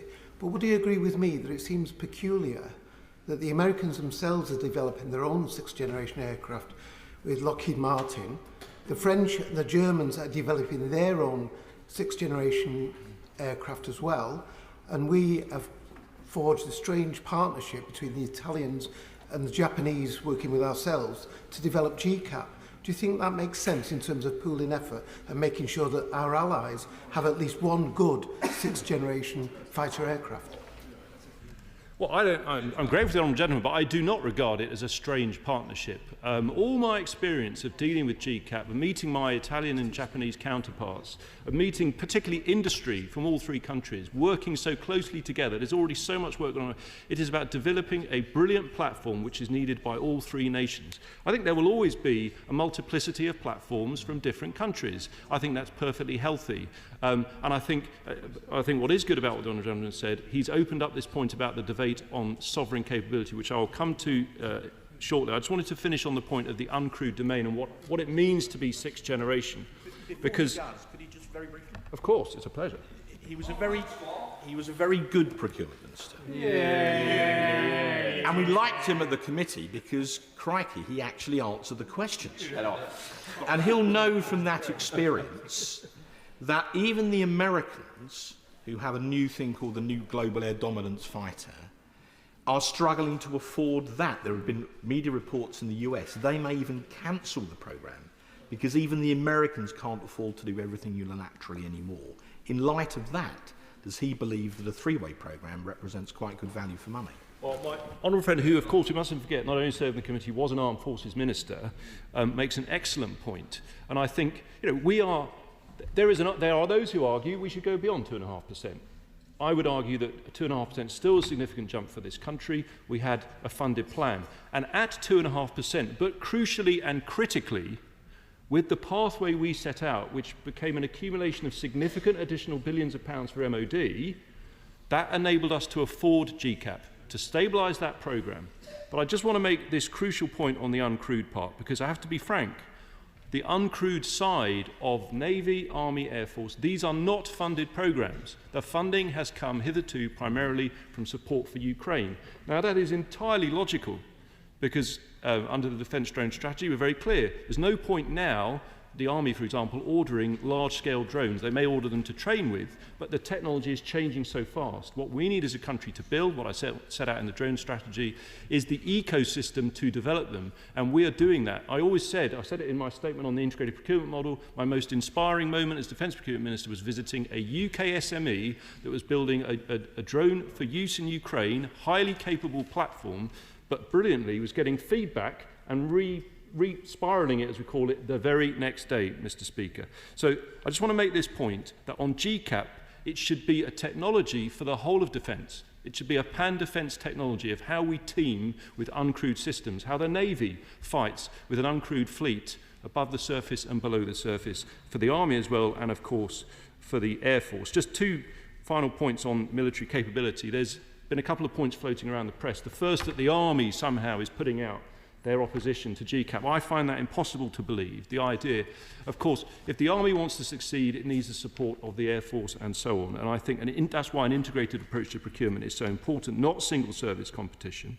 There's also been this point that we should choose, Mr. Speaker, between GCAP and AUKUS, as if somehow when the next war comes, the Russians will sort of step into our dressing room and ask if we'd like to bowl or bat. Would we like to fight on land or sea? What is our preference? The fact is we don't know where the threat will come from, but we know that it is growing, and therefore we should support both GCAP and AUKUS, not least for the enormous economic benefit they bring, which you'll be pleased to know, Mr. Speaker, brings me to the last part of my speech on the economic benefits of GCAP. So there are those who say buy off the shelf, and we would stress how in a state of ever greater war readiness, it pays to have operational independence and sovereignty. But in particular, investing in the great tradition of UK combat air offers huge economic gains for every part of the country. In 2020, PricewaterhouseCoopers estimated that the Tempest programme alone will support an average of 20,000 jobs every year from 2026 to 2050. Those are well-paid jobs, Mr. Speaker, in every constituency up and down in the country, and many in Lancashire, as you all know, sir. Scrapping GCAP would hit our economy hard. Even delaying or deferring GCAP expenditure will undermine our brilliant aerospace industry, on display this past week at Riyadh and Farnborough, and cast doubt over vast sums of private investment that's waiting, from which hundreds of UK SMEs would stand to benefit.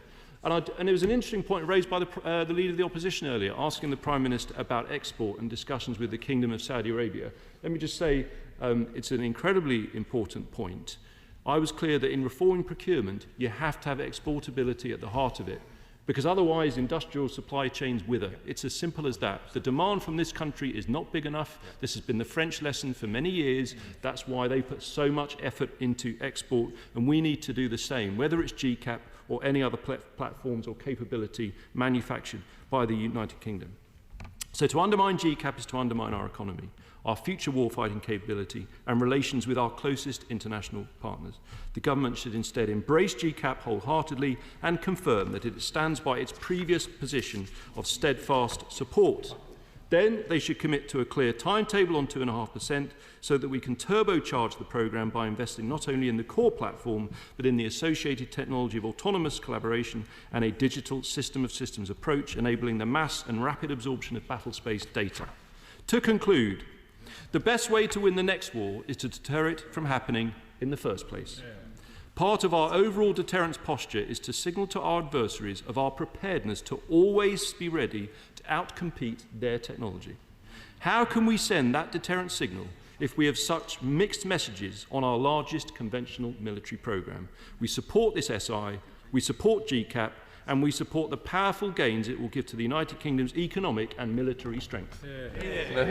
And just gently say, I welcome the very thorough response from the opposition, but it is taking twice as long as the front bench, and I do have some other speakers on his own side that will also want to get in. So please, let's just work to make sure we can all get everybody through. I now come to a maiden speech, Kelvin Bailey. I thank the Shadow Minister for his speech, and Mr. Speaker, thank you very much for giving me this opportunity to speak. It appears that for once my sense of timing has been impeccable, having completed 24 years and 7 months of service in the Royal Air Force. I've arrived on time, uniquely placed as the only person who could sequence their maiden speech in amongst the debate about military aircraft. Unfortunately, like the Right Honourable Member for Bootle suggested in his riposte to the King's speech, I will not be wearing a silk smoking jacket. Mr. Speaker, it's a life of service to this House which also characterises my predecessor's career. A loved politician, John Cryer gave 14 years of service to the constituency of Leighton and Wanstead and 9 years as a member for Hornchurch before this. He is a fine parliamentarian and, more importantly, a fine socialist, like his mother and father before him. His incredible commitment to the Parliamentary Labour Party as its chair for the past 9 years was instrumental in helping us get to where we are today. Whilst he now moves on to the other place, I'm certain that his children and his family's legacy will follow in his footsteps in years to come. This sentiment of service is also something that resonates deeply with me. Service is fundamental to who I am, and it's fundamental to the government and to my commitment to a wonderful constituency of Leighton and Wanstead. I am here because my constituents place their trust in me, a trust for which I am grateful and will repay with service and a commitment to ensuring they are represented in this place to the fullest of my abilities. At the centre of my constituency is Leytonstone, the heart of which is our beloved Whipps Cross Hospital. Whipps has served our constituency for 121 years, during which time its NHS staff, quiet professionals, have given selflessly for those in need within our community. And yet this hospital is emblematic of 14 years of failed Tory commitments and lack of investment. Its rebuilding is central to my tenure as an MP. Leytonstone is also a cradle for talent, having been home to notable figures such as namesake David Bailey and Car Train, sports stars Joe Fenn, Andros Townsend and David Beckham, or of RAF pedigree as the home of Douglas Webb, DFM, the front gunner in the famous Dam Busters raid, or more lately, Officer Commanding 47 Squadron's James Schoberg. Leveraging this rich heritage to inspire our youth and to give them pathways to success is a personal commitment of mine. Opportunities like these were scarce for young people like me. Creating similar pathways for our youth will be central to my service. Leytonstone is also home to one of the most financially deprived areas in the country. but it is a spirited community which seeks to heal itself. Community leadership from Canhall Mosque ensures the provision to all local people of much-needed food bank and a youth group. Similarly, at St Margaret's and St Columba, others gather to preserve a sense of community despite their obvious hardships. Community spirit is also strong in South Woodford and Wanstead. If Whips is the heart of our constituency, Wanstead is its lungs and the River Roding its veins. Wanstead Park is part of our historic Epping Forest, which was saved by campaigners like Octavia Hill, founder of the National Trust, and the spirit of activism and preservation continues in the Wanstead Community Gardens, the South Woodford Society, and the ever-popular Wanstead Fringe Festival. To the south is Leighton, home of Leighton Orient Football Club. The O's and their trust embody the best of our community. From their sacrifices during the Powell Regiment in the First World War to their work with Waltham Forest Age UK, they support our vulnerable veterans. The club is also proud to celebrate our diverse communities, epitomised by Laurie Cunningham, the club's first black player. His legacy continues to inspire, as does the leadership of Omar Beckles in improving representation in football. Leadership reflective of the club's leadership in the establishment of governance for our footballing world. Efforts like these are key to me. Visible role models and leadership is essential for diverse communities. Without these inspirational characters, young black people, like me, will not see themselves in places of power. I reflect on a very low number of black men in our politics, despite an increase in representation across all ethnic groups. Addressing this is key to fixing the inequalities which face young people, particularly in the area of knife crime. A pivotal moment in my upbringing was the murder of Stephen Lawrence. And whilst we are aware of the continuing failure to provide justice to my friend Stuart's family, we all know of the institutional failings that have led to this. I want to point you all to a number of things surrounding this which were formative for me. First, the absence of representation inhibits our ability to hear voices and understand the challenges faced by others like us. I reflected during the campaign that when I was young, I carried a knife, not because I wished to attack anyone, but because I was scared and felt that my befallen friend's brother the fate that had befallen my friend's brother could happen to me and others like me. Mistakenly, I assumed that I could look after myself similarly, but sadly, we know that this is not the case, and those that carry knives are more likely to be killed themselves.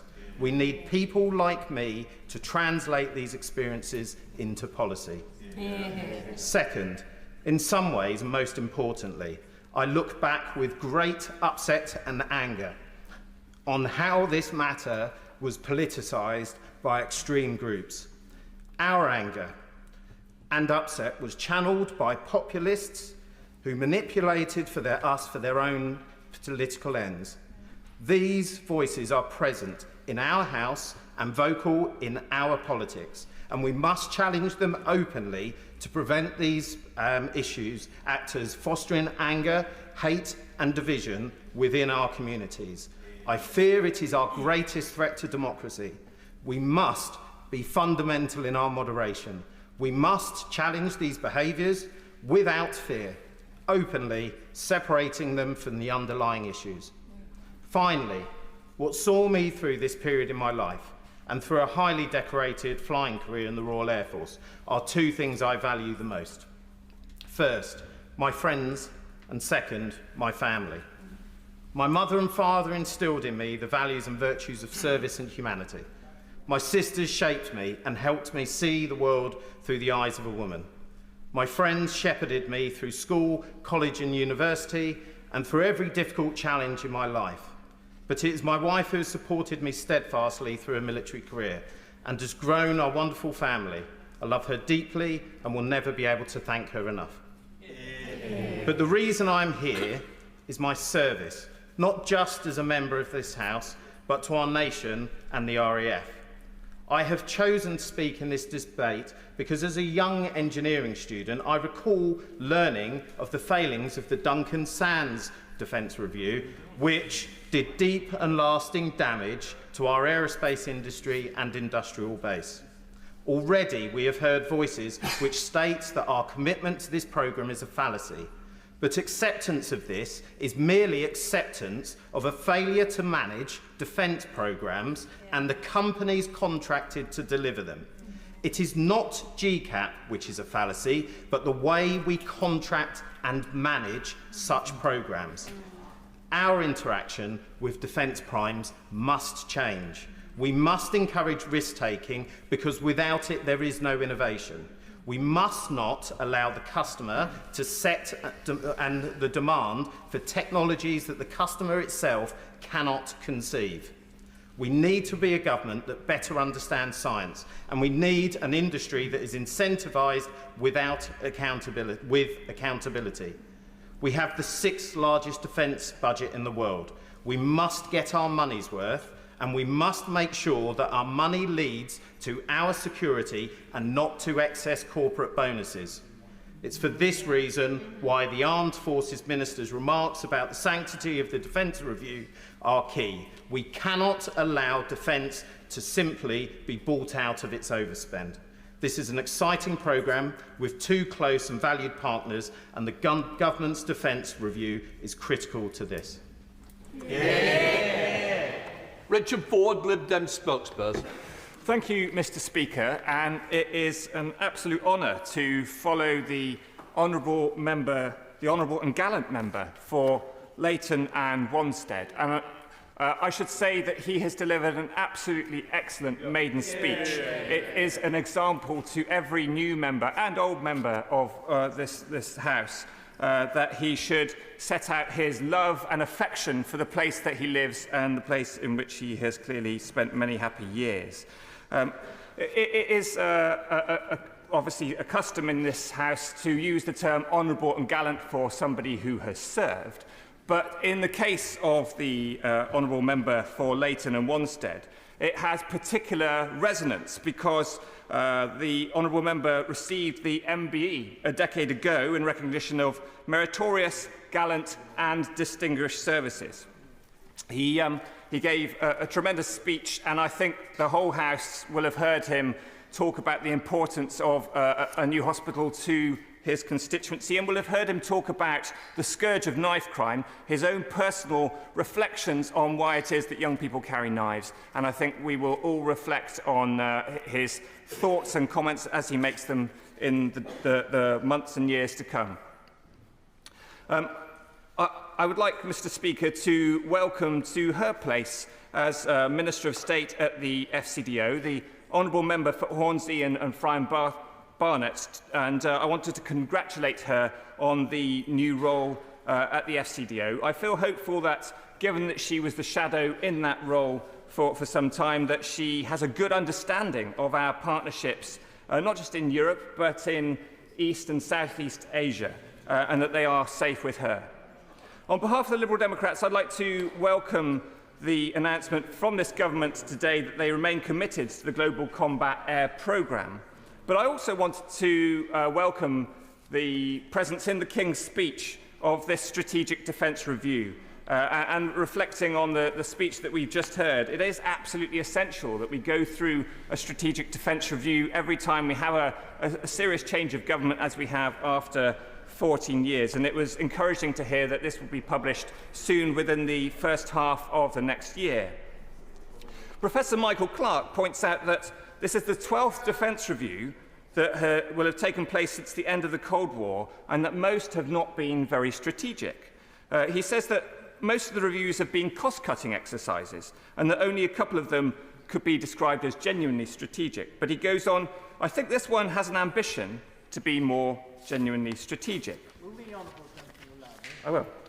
I entirely agree with his analysis about past strategic defence reviews, and I particularly remember the 1998 SDR, which was after a Labour landslide, and it was strategic. It did outline concepts that stood the test of time, and one of the reasons for that was that it gave other people the opportunity to contribute to the review. So I'm hoping that Labour ministers might just pay a little bit of attention to the idea that if they want their strategic defence and security review to do well, they should open up the process so that people on a non-partisan basis can have serious input to it. And I'm delighted to see my friend the Minister nodding his agreement.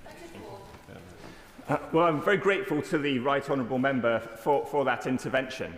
And what I gather so far is that the government is prepared to listen to external expertise. I was very encouraged to hear that Fiona Hill is going to be very much at the pinnacle of this review. I know, as an example, that she has a great deal of insight into matters Europe and in relation to Russia in particular.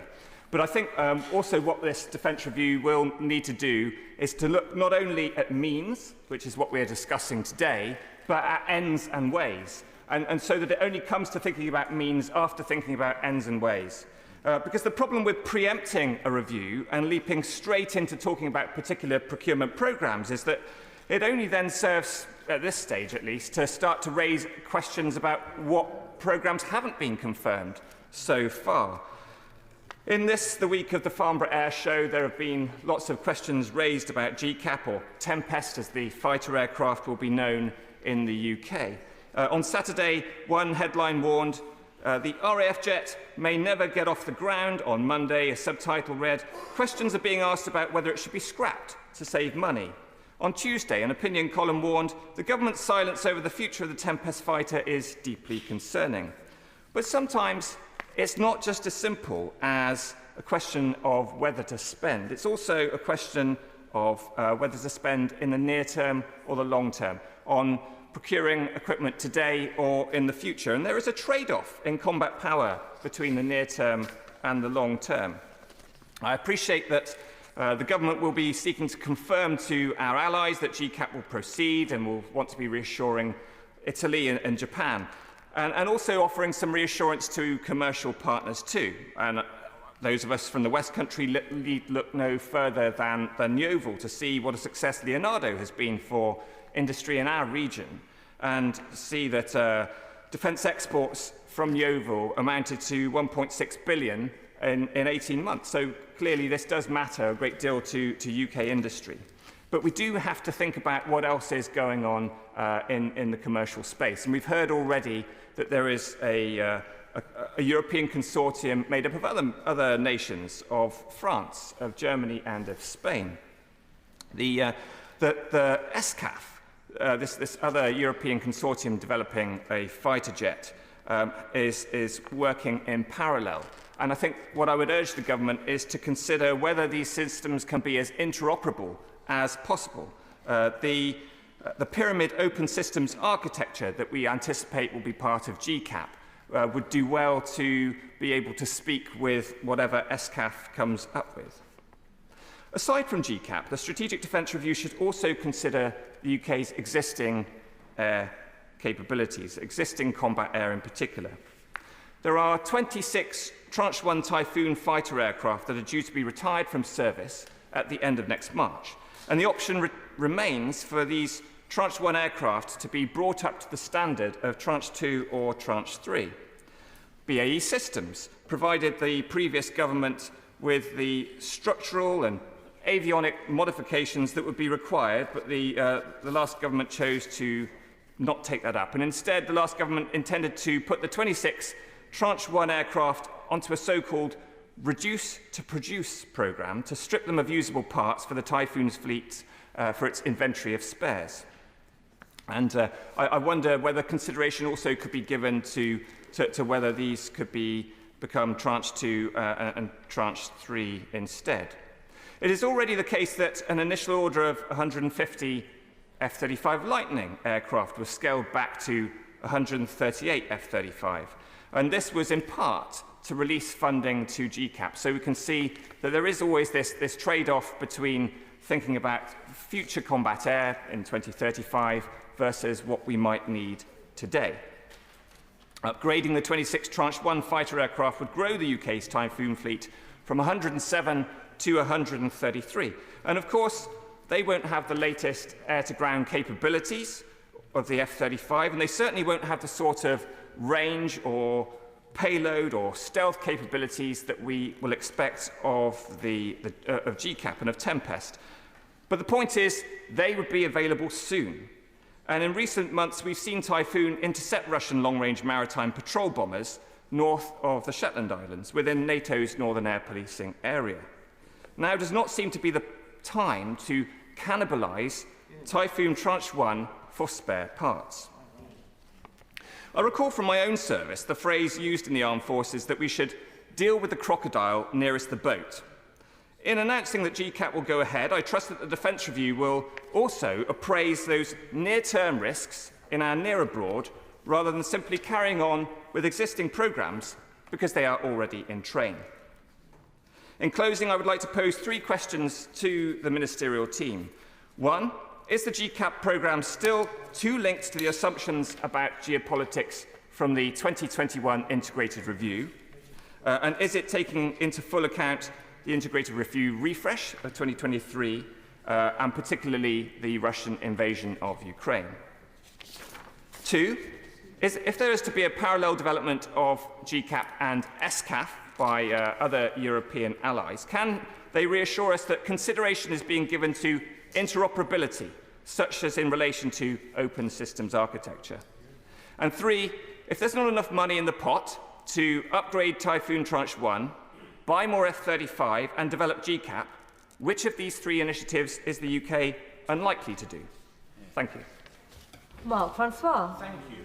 Madam Deputy Speaker, may I begin by congratulating you on your election, welcoming you to the chair, and I'm sure you will proceed over chair our proceedings excellently. We wish you all good luck.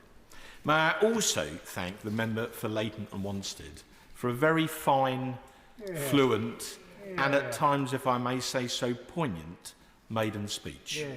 He spoke very well on behalf of his constituents.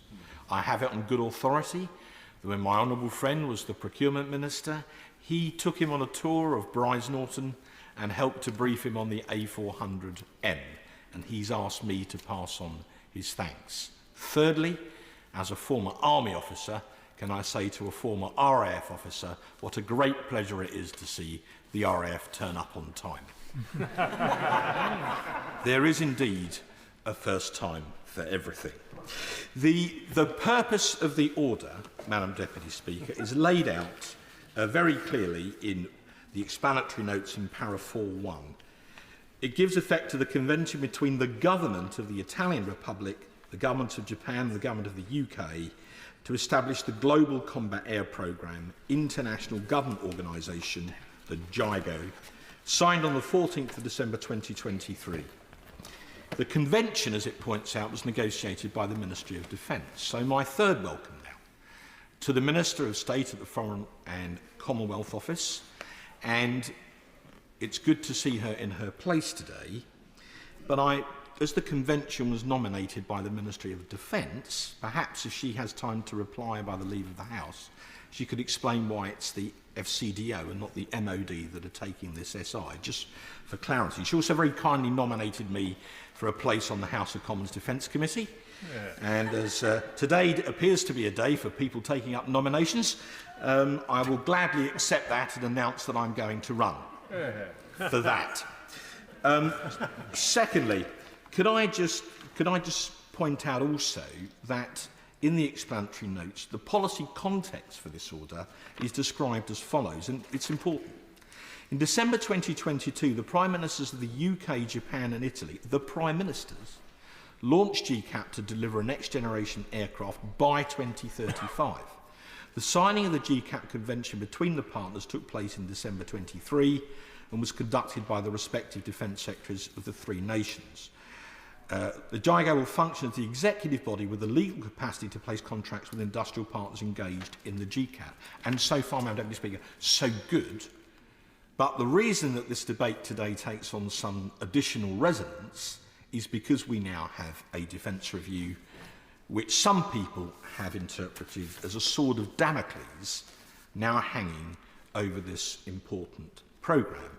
And my fourth welcome is to the new Minister of State for the Armed Forces, who represents a military constituency, and it's good to see him in his place too. The Prime Minister's questions a few minutes ago described GCAP as a really important programme, and it is.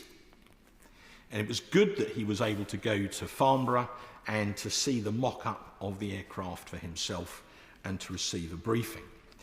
When I served on the previous Defence Committee in the last Parliament in March 2024, we travelled to Japan to examine the programme as best we could from the Japanese perspective. We spoke to politicians, civil servants, industrialists, and the Japanese Air Self-Defence Force, their military, and we were going to write what I believe would have been a very positive report, and then someone went and called a general election. And we can't blame the Minister for that, but she and some of her colleagues somehow did appear to benefit from it. There are three things from that trip, though, that I would like to stress, three themes that came out very strongly. The first was the absolute unanimity of purpose among the Japanese to deliver the programme. As one politician put it to us, we live in a tough neighbourhood, including 3 autocracies with nuclear weapons. We need to strengthen our defences, and this programme is fundamental to that. I think that's a very good summary, if I might offer, of the Japanese perspective. Secondly, we were struck by the willingness of the Japanese to consider third-party exports of the GCAP in order to make the aircraft affordable by increasing its production run. It's something that my honourable friend was always very hot on when he was the procurement minister. I would add, I think that's a view that the Japanese, for various historical reasons, would not necessarily have taken even a few years ago. So it's important. Thirdly, they had an absolute determination to achieve the in-service date of 2035, which is referred to directly in the memorandum. The Japanese Air Self-Defence Force uses a mixture of F-15J Eagle aircraft and the F-2, which is a sort of souped-up version of the American F-16. They're both very good and capable aircraft, but they're both getting rather long in the tooth. And they have to plan forward against a threat from the Chinese J-20 or the Russian Su-57, and the risk is that by the mid-30s, those aircraft will be outmatched by those two very powerful new combat aircraft. Reference has been made to the F-35. It's a fine aircraft, but it's expensive to buy and it's very expensive to run. The Americans have found that to their cost. The F-35 was nicknamed by the American media the plane that ate the Pentagon. So it might not necessarily be the answer to the Treasurer's dreams. Moreover, for the record, deliveries of the F-35 to the United States forces were suspended for nearly a year. They've only just been resumed because of problems in upgrading the computers and the software. So if we're going to talk about the realities, the F-35 has been quite a troubled programme and to some extent continues to be so. What would be the implications of cancellation? Well, this is an international agreement, and as it says in the explanatory notes to the memorandum at para 7, no external consultation was undertaken as the instrument implements provisions of an international agreement to which the United Kingdom will be obliged to give effect as a matter of international law once it enters into force. So the first implication, were we to cancel it, is that it would put back Anglo-Japanese relations and indeed Anglo-Italian relations arguably for decades. I wouldn't want to be the CEO of a British company trying to sell something to the Japanese government in the aftermath of a cancellation of GCAP. Secondly, given the scale and the prominence of the programme, there'd be a very serious risk that we in the United Kingdom would achieve a reputation as an unreliable partner in major military collaborative programmes, everything from AUKUS through to collaboration in space.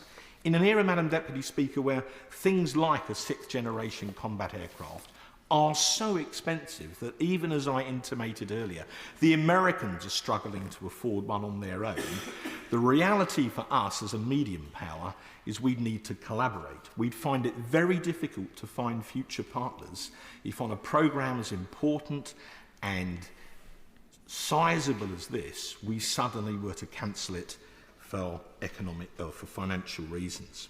Thirdly, it would make a nonsense of the UK's so-called tilt to the Pacific, which was inherent to the so-called integrated review and was reinforced when the review was refreshed before the general election. How can we tilt to the Pacific if we then cancel a major collaborative programme with an absolutely critical Pacific partner who faces challenges from Russia and China even more immediately than we do?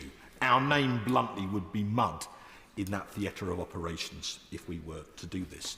And then fourthly, there's what one might call the prosperity agenda. The government, as they said in the King's speech, are very committed to growth. Let's not debate building and Greenbelt now. Let's focus on this. But in the last few years, about 80% of the UK's defence exports have come from combat air. That's mainly sales of Typhoon and or our 15% work share on the F-35. That's averaged around about, as a rough order of magnitude number, about £6 billion a year. So again, what would be the threat to our exports and our reputation as a reliable supplier if we were to cancel this? So what should we do? The JIGO, which this memorandum establishes, will incorporate prominent representatives from all three countries, from the UK, Japan and Italy, and it will be headquartered here.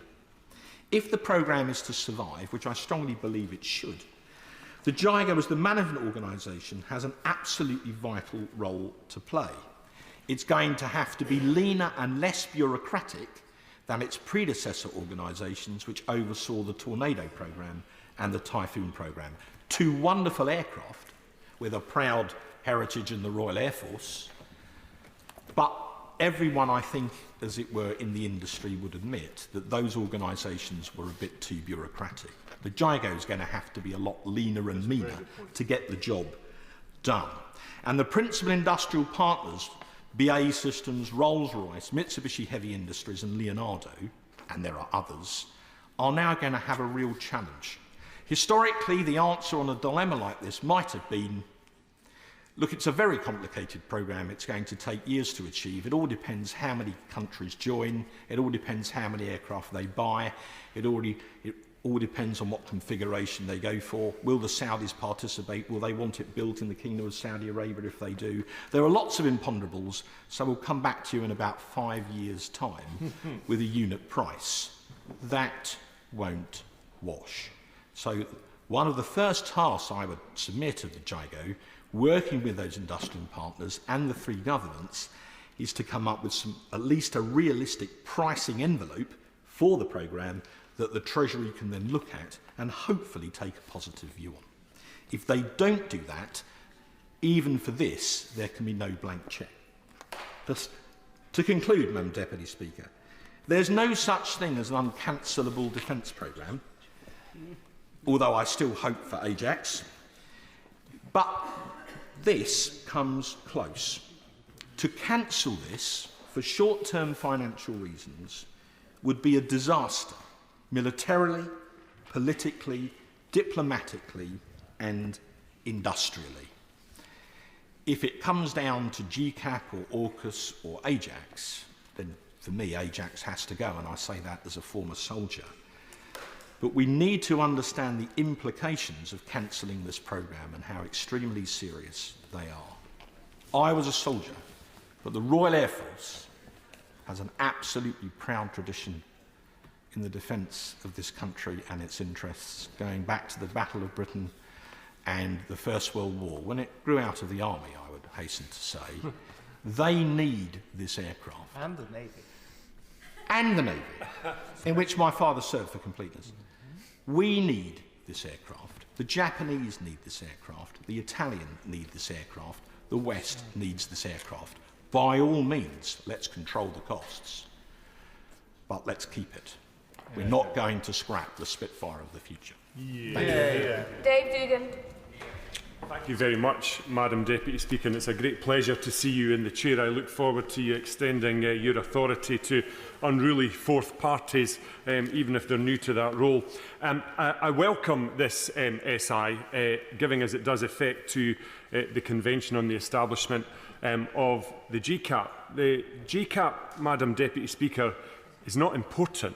It's absolutely vital on a range of different priorities, which I would urge the new government to pay very close attention to. It's vital for the United Kingdom to be able to play its role in defending our values against peer or near-peer adversaries and the threats that they present to our way of life. And you will not do that in the very near future if you cannot command a sixth-generation capability. It's vital for developing and maintaining sovereign air capability.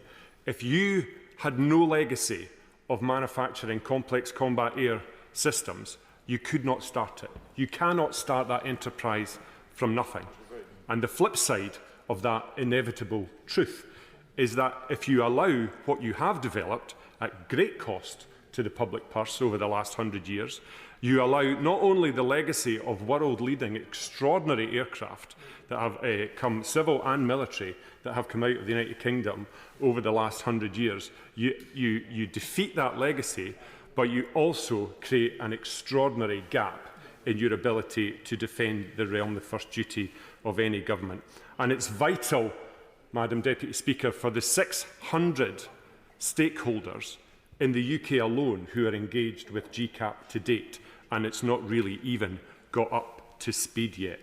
So that's just an element of why this is vital. And in a geographical sense, it's extraordinarily important to defence manufacturers in the central belt of Scotland and the northwest of England in particular. But I see no reason to disbelieve the claim that this has got positive effect for constituencies all across the United Kingdom. So I seek to impress on the Defence Minister, who I know gets it, and I'm glad he's here today, to challenge any rise in Treasury dogma when it comes to GCAP, because GCAP presents to the United Kingdom today an opportunity to repeat the world-leading performance of Harrier, the world-leading performance of the Blackburn Buccaneer, the extraordinary capabilities of the Panavia Tornado, and the exceptional abilities of the BAE Typhoon. Madam Deputy Speaker, that is what it can do. What it expressly must not do is repeat the incredible self-defeating cost to the public purse and defence capability of the TSR2 fiasco in the 1960s, when, unfortunately, an incoming Labour government scrapped it at huge cost to our defence capability, huge cost to the public purse, and it was a demonstrable exercise in a Treasury obsessed in the price of everything and myopic about the value of everything. So I repeat, in case I sound political, I know the Defence Minister gets it, and we trust him to do the right thing. Madam Deputy Speaker, Very quickly, well, of course. It's quite right to highlight what happened to TSR2, which was a generation ahead of its time and a world beater. And it was scrapped because the Treasury wanted to buy the F-111 instead, which was an American aircraft, and then they didn't end up buying it. So there's a lesson from history there too, isn't there?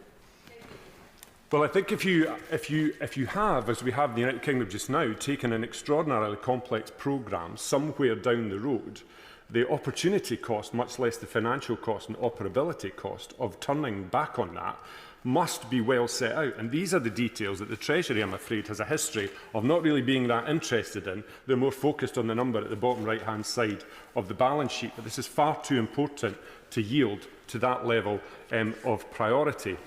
Madam Deputy Speaker, there is, however, much to be regretted that FCAS and GCAP are proceeding in the European theatre in parallel with one another. This is grossly expensive duplication. I greatly fear there's nothing we can do about it now.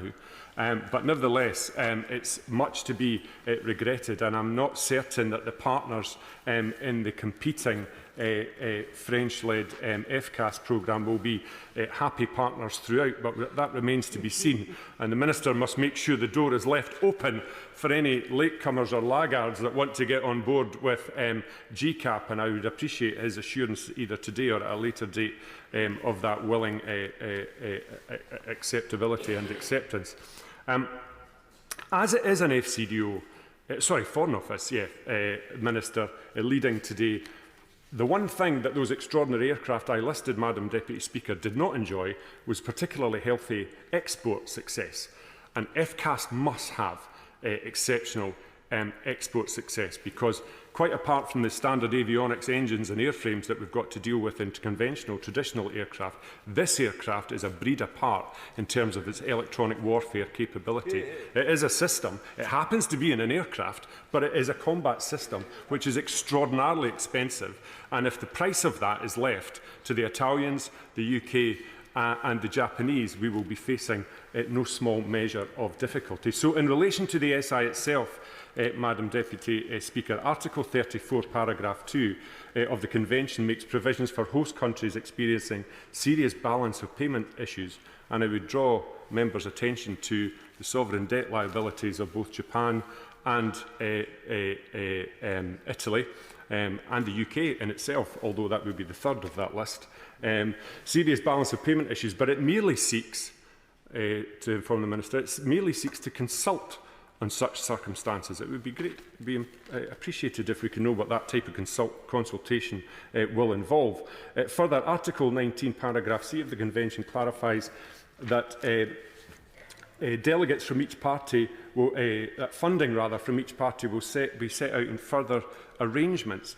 But the Convention does set out that the Steering Committee will have equal representation from each of the parties. So how will the Convention decide what the funding will be based on? Will that be based on orders? Will it be based on amount of national employees that are employed in the Steering Committee? How will that work? It's unclear. In closing, Madam Deputy Speaker, Leonardo in Edinburgh is the brain and nerve centre of GCAP. It is the central nervous system of this world-leading capability. That system is being designed and finalised in Edinburgh, and it will be built in Edinburgh in Leonardo. Which brings me on to the final provision within the SI, which says that the headquarters of the JIGO will be, and is it JIGO? GIGO? I've never heard it said. I think it's JIGO. Will be established at a later date. And it's going to be in the UK, though. So I think it's really important that wherever that's established, it is in close connectivity with key prime manufacturers of GCAP, those being Rolls-Royce, Thales, BAE and Leonardo. It must be in a part of this island where you can enjoy an outstanding quality of life with access to good schools, good quality of life, transport infrastructure, an international airport and good links with London. And Madam Deputy Speaker, that place is Edinburgh. To Andrew Morrison. Thank you very much, Madam Deputy Speaker. And can I start by congratulating you on your victory? You'll be brilliant. I look forward to serving under your chairmanship in the 3 or 4 years ahead. Can I say very much how much I support this SI? I do not support the Prime Minister's lukewarm words at Farnborough, and I think the concerns we have on this side are the hares that he has set running, not by what he said, but what he did not say. My advice to ministers would be, for goodness sake, up the rhetoric around this. No government in its right mind would cancel this project. This project not only is essential to our defence, but it is the bridge to the unmanned future that defence will be by mid-century. Kick away that bridge and you're left with very little. You undermine fundamentally the defence of these islands. You destroy the reputation of this country, not just with the Japanese and with the Italians, but with practically any partner in defence, present and future, that you can imagine, not least the Saudis. And it means that you will not be able to successfully translate your defence industrial base to the future, which we all appreciate is largely unmanned in each of the 4 domains that defence these days has to consider. Words mean what words say, except for when they trip from the lips of politicians, when it's very often what is not said that influences the conversation, in particular in the media. And my plea in the very short space available to me, Madam Deputy Speaker, would be for ministers, senior ministers, and particularly the Prime Minister to correct what has been said this week, and in particular to ramp up the rhetoric about our support for this absolutely fundamentally important programme that is vital to our defence and our defence base. I appreciate the Prime Minister has a problem in that he has failed to commit to 0.5% of GDP within a recognisable time frame, which is 2.5%, which is no commitment at all, and he has launched a largely unnecessary defence review, which is going to be a distraction for at least 12 months.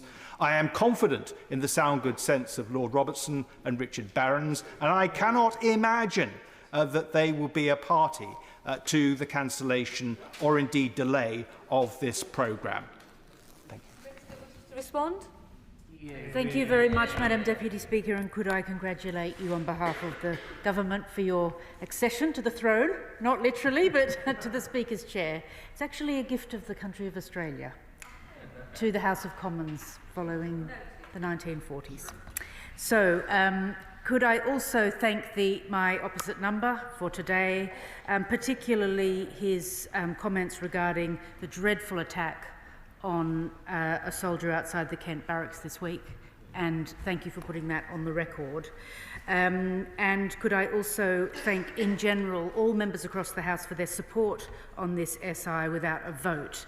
Very briefly to conclude on some of the very important points, and if I don't cover them all, it's because I will be sending a copy of Hansard to those in charge, my honourable friend, in charge of the review, because all of these points are absolutely crucial in terms of thinking through the next 5 years in relation to defence spending.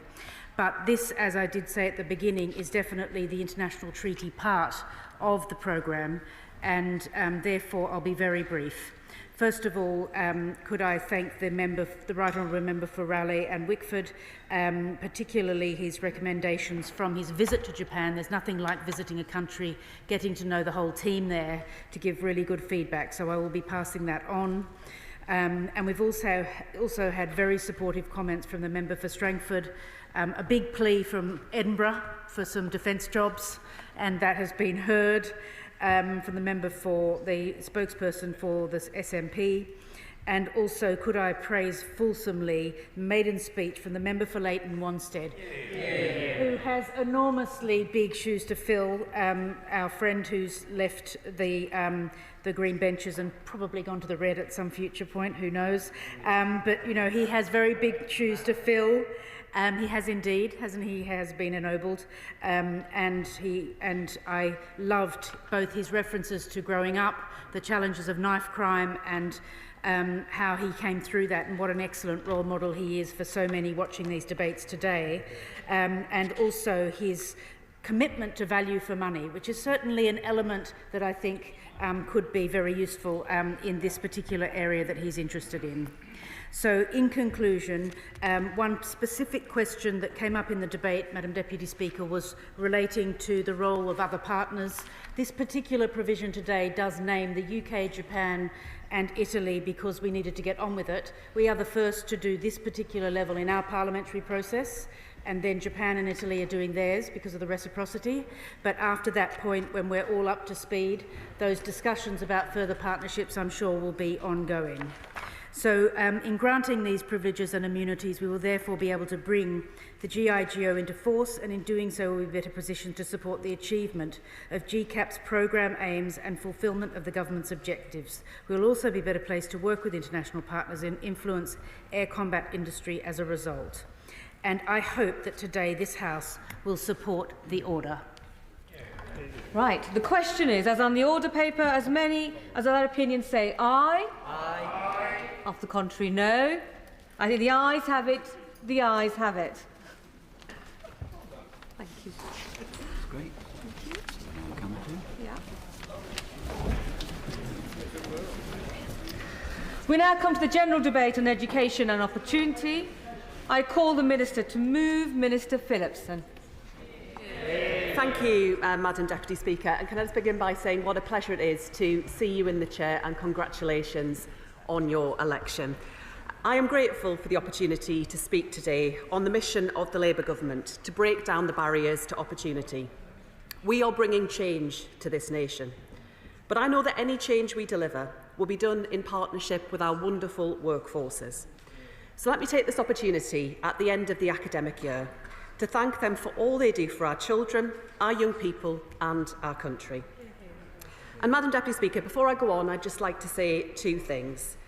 Firstly, I'd like to welcome the member for North East Hampshire to his place. East Hampshire, forgive me. I welcome him to his place. In the previous government, the Right Honourable Gentleman stood out for his commitment to his brief, his passion and dedication in this area, and the collegiate and effective way in which he worked with colleagues on all sides of this House. We have disagreed on many things, and I'm sure we'll go on to disagree on many things. But I hope that wherever we can work together to build a country where children come first. And secondly, Madam Deputy Speaker, I want to make an announcement here and now because our mission is urgent. Today, I am pleased to announce that the Department will undertake a short pause and review of post-16 qualification reform at Level 3 and below, concluding before the end of the year. This means that the defunding scheduled for next week will be paused. The coming year will also see further developments in the rollout of new T-levels, which will ensure that young people continue to benefit from high-quality technical qualifications that help them to thrive. And I will update the House shortly with more detail tomorrow, Madam Deputy Speaker. I'll happily give way to my own. Thank you. I very much appreciate it, and I welcome the announcement that she's just made, which I know will also be welcomed by colleges up and down the country. Teachers in my constituency of Hartlepool, like everywhere else, do an extraordinary job supporting our young people, but it's vital that they are paid properly for it. Can the Secretary of State update us on the work of the independent pay body and the government's response to it? I'm grateful to my honourable friend for his contribution. We take the work of the peer review body extremely seriously. The previous government did not act in a responsible manner in this regard. They sat on the report and they called an election. And I do understand the frustrations that school leaders and teachers are currently experiencing. But as my honourable friend knows, we are moving as quickly as we can on this important issue, and the Chancellor will set out our position before the end of the month. We recognise the importance in getting this right, and I reiterate once more our thanks to our brilliant teachers and support staff for their work this academic year. Madam Deputy Speaker, we are putting education back where it belongs, at the heart of change. After years at the margins under the Conservatives, after years of ministerial merry-go-rounds, after years of opportunity for our children treated as an afterthought, education is back at the forefront of national life. I know the power of education to transform lives. I lived it. Standards was my story, and now I want standards to be the story for every child in our country.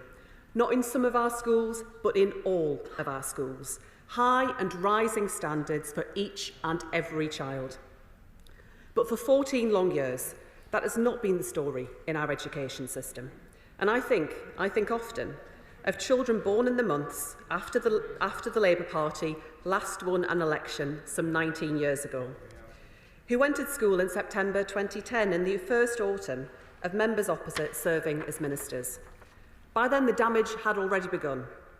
Labour's ambitious Building Schools for the Future programme already cancelled, storing up problems for the decades ahead. And as the years went by, those children saw opportunities stripped away. Not just resources drained from their childhood, but also hope. The children's centres they had themselves attended closed by the hundred. Falling investment in the school buildings they had learnt in the staff who taught and supported them. A change to the support for children with special educational needs, which in a moment of unusual candour, my predecessor, the previous member for Chichester, described as lose, lose, lose, but about which she did almost nothing. A generation of children in social care falling further and further out of sight. I'll happily give way. You so much. I'm very grateful to my right honourable friend for giving way. On the particular point about the inequalities that particularly certain children with special educational needs and disabilities face, what is is my right honourable friend able to say about what we will do and the difference that we will make to their lives? I'm grateful to my honourable friend. I recognise the concern that she raises and the concern that members right across the House have raised on this incredibly important issue, and I will come on to say more as I continue my contribution, but I don't for one second underestimate the challenge that we face, and I give her my commitment that I want to make sure we deliver a better system for children, for families and for schools, a long way from the broken and adversarial system that too many people experience at the moment. Madam Deputy Speaker, young people in unregistered schools missing out on not just the education that they should have, but on the childhood they should have. And for that generation, as they grew older, they saw a government response to a once-in-a-lifetime pandemic that made clear that they were quite simply an afterthought. Pubs reopening to punters before schools welcomed back children. Examination grading first a farce, then a fiasco. A government that forgot almost altogether about further education and that saw apprenticeship starts tumble year after year. Earlier this month, the people of this country turned the page on that government and on that era. They turned to Labour and to the hope that drives us, as it drives so many who work in education. That tomorrow can be better than today, and that our best days lie ahead of us. And in the belief, today distinctively Labour, that the role of government is not merely to administer, but to transform, to deliver for all of our children the freedom to achieve and to thrive, the freedom to succeed and flourish, which has been withheld for so many of them for far too long. And I'll give way to the honourable gentleman. Madam Deputy Speaker, and I thank the Secretary of State for giving way. On turning a page in opportunity, the Secretary of State will be aware that young people today have fewer opportunities than we enjoyed in our generation due to the disastrous Tory policies on removing their freedom of movement and also Erasmus, and that included apprenticeships. Will she turn the page on that disastrous Tory policy? Secretary of State. Madam Deputy Speaker, what I would say to the honourable gentleman is that I welcome the opportunity to meet with my opposite number in Scotland recently. I do want to find areas where we find agreement, we can do so constructively and collaboratively.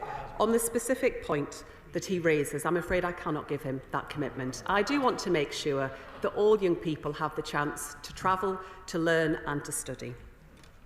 Madam Deputy Speaker, the hope I want for our young people comes to the opportunity this government will deliver. Now, members know opportunity is a journey that lasts a lifetime, and the first steps are in early years education, because the barriers to opportunity erupt early in a child's life. So we will bring about a sea change in our early years system beginning right now. That's why I am fully committed to rolling out the childcare entitlements promised to parents. But I need to be frank to the House. The challenges are considerable, and the last government did not have a proper plan. The irresponsibility that we inherited was shocking. I acted immediately to get to grips with the task at hand, but I must be honest that the disparities across the country are severe. This means that some parents will sadly miss out on their first choice place. They and their children deserve better. But I am determined that we will get this right. We will create 3,000 nurseries in primary schools to better connect early years into our wider education system. And by the time that we are done, we will have thriving children, strong families and parents able to work the hours that they want. The foundations for a love of learning are laid early and are laid in primary school. But I know that child poverty puts up barriers at every turn. It is a scar on our society. Eradicating child poverty is why I came into politics. And it's why the Prime Minister has appointed me and the Work and Pension Secretary to jointly lead the new Child Poverty Task Force. Together, we'll set out an ambitious child poverty strategy. And I will introduce free breakfast clubs in every primary school. They are about more than just the breakfast. The club is just as important in driving up standards, improving behaviour, increasing attendance and boosting achievement.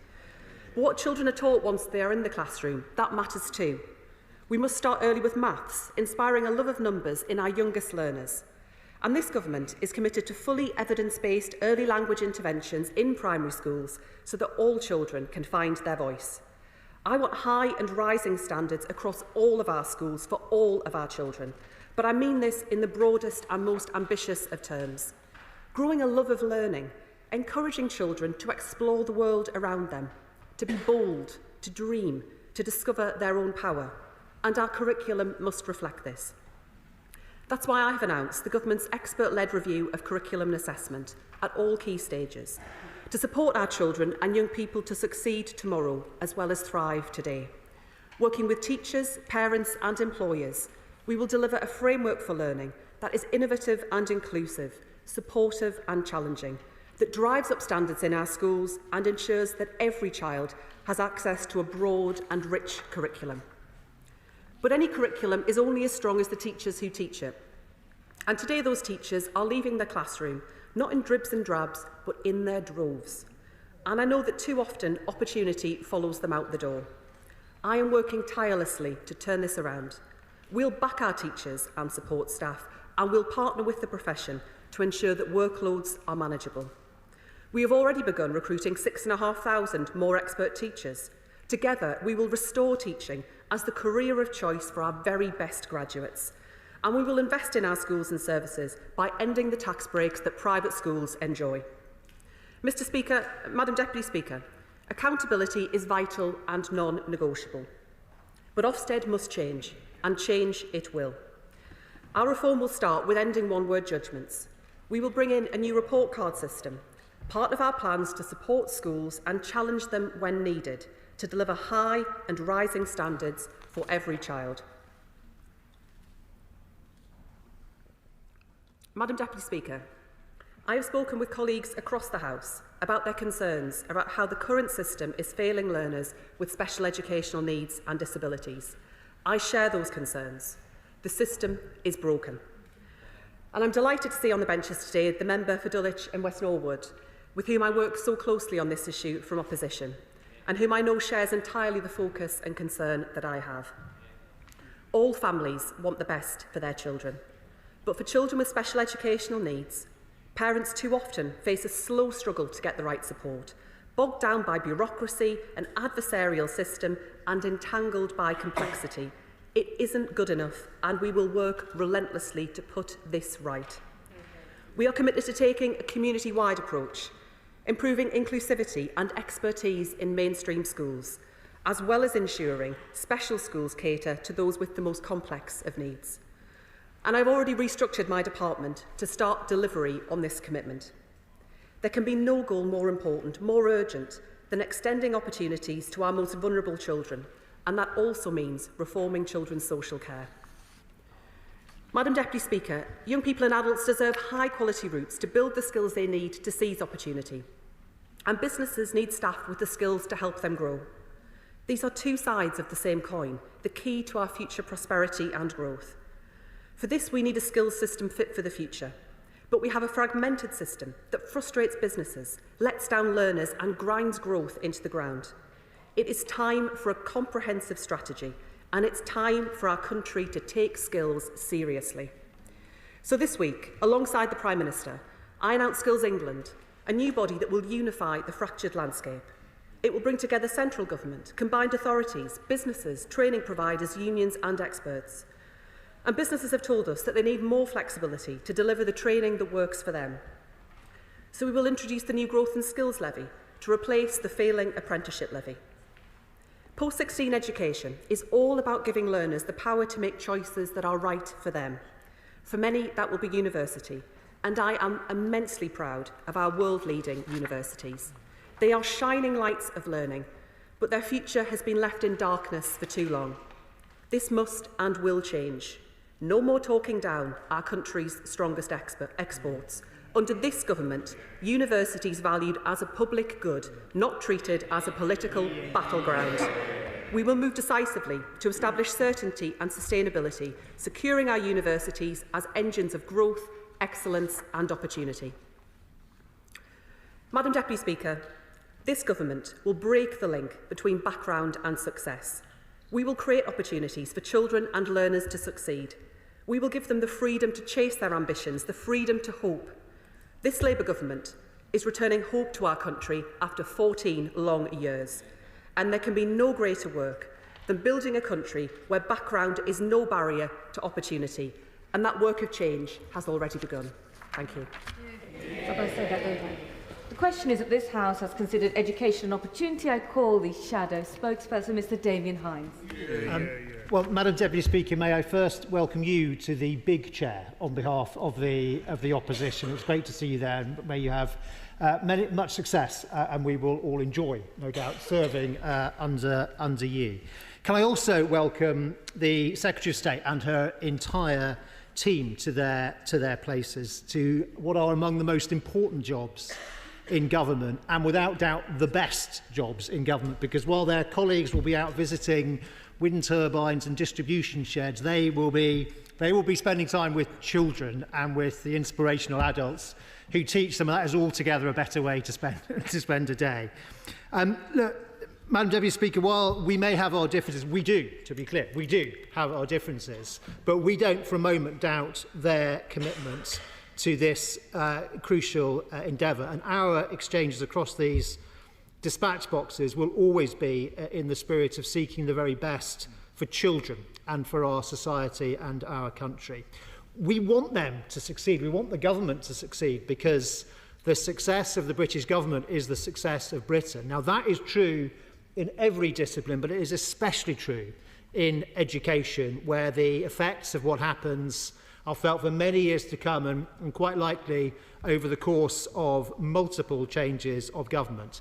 We will scrutinise them, we will hold them to account, as they know, but where they look to build on what has been achieved, we will also support them.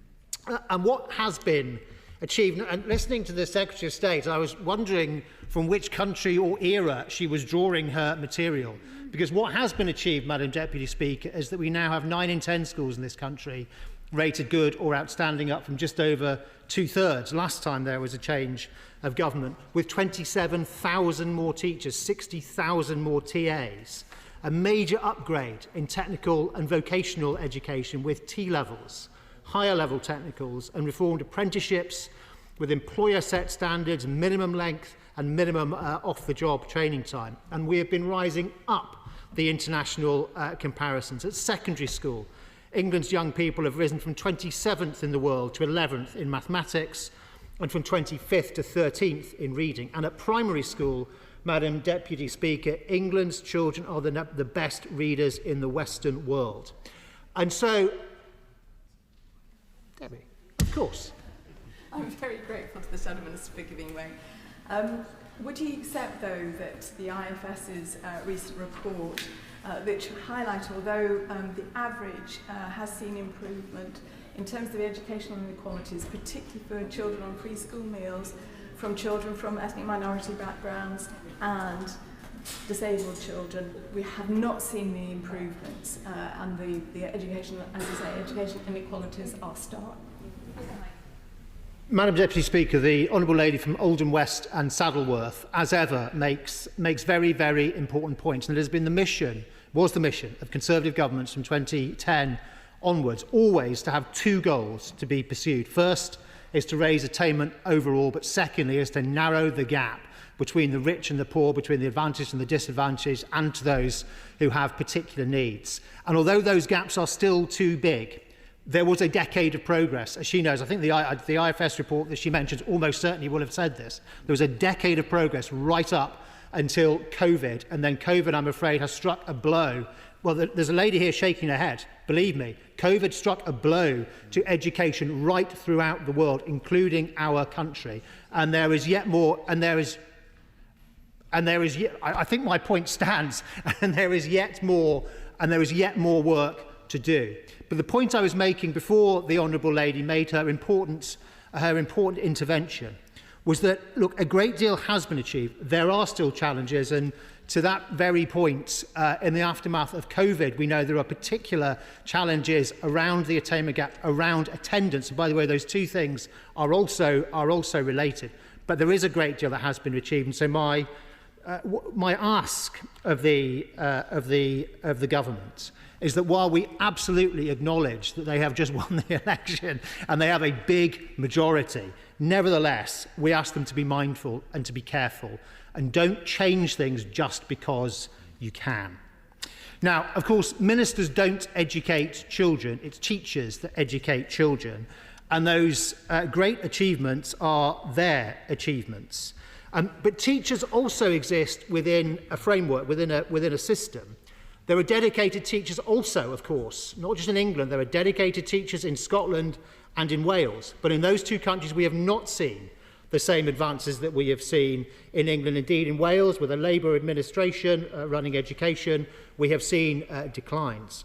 And we have long had dedicated teachers in England too. But the fact is that in the Labour years, if you'll forgive me, in the Labour years before 2010, England actually declined in its results relative to other countries, even though in what was then, and some colleagues across the floor may remember this, in New Labour's target-rich environment, target-rich but also, I'm afraid, highly gameable, it was made to look like the results were all getting better. And I give way to the honourable gentleman. Madam Deputy Speaker, first of all, can I congratulate you on your appointment? Further to the point that the honourable gentleman has just made, Scottish education used to be the envy of the world. I think it's fair enough to boast. And yet we have so many staff vacancies in 4 Highland secondary schools, I name them Allerpool, Kinloch, Berby, Fart and Galloch, that the kids simply aren't being taught what they ought to be taught, and they're having to rely in some cases on online learning, which is scarcely satisfactory. No. And this is why the parents have banded together to form a Save Our Rural Schools. Is that not a damning comment on the Scottish Government's delivery of education north of the border? Madam Deputy Speaker, he makes, as ever, an important point. He makes incisively, and he speaks up powerfully for rural communities. He was here the other night talking about rural health services and some of the particular challenges that they face. But what I would say is that this is already going to be a wide-ranging debate. And I think I might try your patience, Madam Deputy Speaker, if we moved it into a debate about the Scottish education system and the SNP administration, much as he and I would relish that opportunity, because he is quite right that Scottish education has had such massive historical strengths, and I'm afraid has been let down by that SNP administration. Now, Madam Deputy Speaker, when politicians of the left talk about a progressive agenda in education, I do understand how that can sound beguiling and benign. But we must not forget that the legacy of the last Labour government was for England to be the only country in the developed world where the generation approaching retirement was more literate and numerate than the youngest adults, those just entering the workforce, than those who had just gone through their education under New Labour. But that is the past, Madam Deputy Speaker, and for this team, for this government, they will be assessed, they will be judged on the present and on the future. A risk of widening the debate, very briefly, the honourable gentleman. Well, will he agree with me that, of course, the Scottish success in having more children and more students going on to positive destinations after school is something that I hope he would welcome? Does he also acknowledge the damage that's been done of years and years of Tory austerity and removing the rights and opportunities of our staff in terms of freedom of movement and withdrawal from the EU, which, according to Labour figures, has cost £140 billion? Have some reflection on his own record. Look, I admire his ability to turn everything into a discussion about Europe, but I have to tell him there are other things at play. And if you're an SNP politician, I wouldn't come to the floor of this House boasting about the record of the SNP government and their woeful performance on behalf of underprivileged children in Scotland. Neither, by the way, would I be complaining about the finances, where until recently it was us sitting over there making these points, but soon it will be them, when the Scottish Government is well financed for the things that it must and should do. Now, Madam Deputy Speaker, this is a debate about opportunity, and the point of greatest leverage in spreading opportunity, and the Secretary of State said this, it's what happens actually in the very earliest years. Now, since 2010, we have had five major extensions in early years and childcare entitlements, and a sixth now on its way. I think I heard the Secretary of State say that she was committing fully to our plan in each of its phases. That is certainly, unless she corrects me now, how I will interpret that. She then went on to say there were some difficulties and so on. which Madam Deputy Speaker, I can assure the Right Honourable Lady who speaks from a sedentary position that there was indeed such a plan, and we look now to them to see that plan through. And I would also like to hear from, it won't be her, but from her colleague when she sums up the 3,000 nurseries to be established in primary schools. I think it's important for us to know what proportion of those the Honourable Lady expects to be full-time, year-round nurseries as opposed to term time only. But, Madam Deputy Speaker, we know that however much time young children spend in nursery or in childcare, they will spend more time at home. And the social mobility literature is clear that what happens at home makes a big difference to opportunity later in life. It's a difficult area, of course, for governments and requires great care. But I do hope that this new government will look to build on the home learning environment programme that we put in place, Hungry Little Minds, and then reprised during COVID, and do so in a supportive and not an invasive way. I hope also they'll continue with family hubs, recognising that while the 0 to 2 age group is absolutely vital, actually many issues go on right through childhood and adolescence. And the Supporting Families programme, which actually, of course, is a cross-party story because it was brought in during the Cameron government from 2012, followed a pilot under the previous Labour government, but with its key worker approach, has so much potential. Now, of course, 3,000 families, not the original 120,000. And now that it has been brought into the Department for Education, I think that is a great opportunity for the Right Honourable Lady, and I hope they will make absolutely the most of it. At school, Madam Deputy Speaker, the success story that we have been discussing, as seen in the results in PISA and PIRLS and other studies, has been based on 3 legs to the stool. The first is school autonomy with transparency and accountability. The second is having a knowledge-rich curriculum and proven learning methods like phonics and maths mastery, and the Education Endowment Foundation evaluating and accrediting programmes. And third, the spreading of good practice through academy trusts and schools learning laterally from other schools, teachers learning from teachers, rather than things being imposed top-down, and it's done instead through a nationwide network of hubs in key subjects and in key areas like behaviour. Now, it's not yet clear to me exactly what the new government's plans are in each of those 3 areas. But if they do seek to undo what has worked and what does work, we will argue the counter case robustly. They have, as the Right Honourable Lady said, they have announced a review of the curriculum as of course they can, and as we did in the past. But again, I would urge them to reflect on what has worked and what does work. In particular, not to see a conflict between skills and knowledge. Clearly, growing up and developing and being educated, you need both. But it is through having a depth of knowledge that you best develop skills. And as to what knowledge, I hope the review will also acknowledge that a strength of our national curriculum is that, unlike what a lot of people think, it is not, in fact, a detailed specification of everything you will learn in history or literature. Rather, it is a framework. And that guards against political interference, and that, Madam Deputy Speaker, is a principle which absolutely must be maintained. I hope Labour did learn the lesson of the literacy hour and the numeracy hour, that seeking to set out to schools in 10-minute or 15-minute segments exactly what should be taught to children is a capital B, capital I, bad idea. On behaviour, it's a basic requirement for learning that you need a calm and ordered environment, and indeed that is what children themselves tell us they want. Now, of course, nobody wants pupils to be suspended, still less expelled. But that option does need to be available as a last resort. Yes, you must think of the well-being of that child, but also you need to think of the well-being and the life chances of the other 27 children in the class as well. Having school leaders in the driving seat is essential, but that also brings a need for transparency.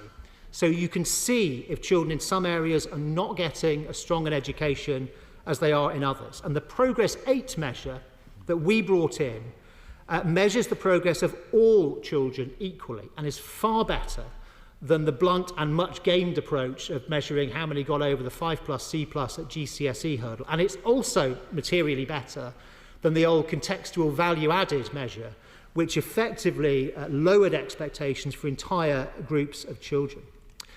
And, Madam Deputy Speaker, you also need a threshold for when intervention is triggered, so that underperforming schools can be moved into a strong trust that can better support them. That is standing up for parents and for the children who will only get one shot at schooling.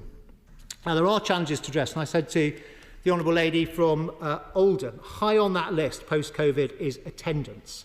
It is much better than it was, but there is further to go. And I do hope the government will keep and build on the measures that we, together with schools and the wider education family, put in place. We do always need to strive to do more to support children with special educational needs and disabilities and enable them to maximise opportunity. I was encouraged by what the Secretary of State said, and I do call on her and the government to keep and grow our capital programme for more special school places, as well as she rightly said, striving in further work to support inclusion in mainstream where that is possible and beneficial. There's also today a greater prevalence of mental ill health in young people, and crucially this is not an issue that's specific to this country. You see it in most comparable countries, or at least those where there is data that you can look at. You see a similar trend. I know they had in their manifesto to have mental health professionals for schools. With the Department for Health and Social Care and the NHS, we of course already, when in government, were rolling out mental health support teams to clusters of schools, and I do urge them to look at that. But of course we and other countries must also ask the question why there is this increased prevalence of mental ill health in young people. And because it is international in nature, some of the ready answers that might otherwise be thrown out cannot be correct. And we will work constructively with the government as they look to build on the landmark Online Safety Act, for example, and ensuring its most effective implementation. Now, schools are all about teachers, and we welcome their plan to recruit 6,500 more. Of course, 6,500 is a large number.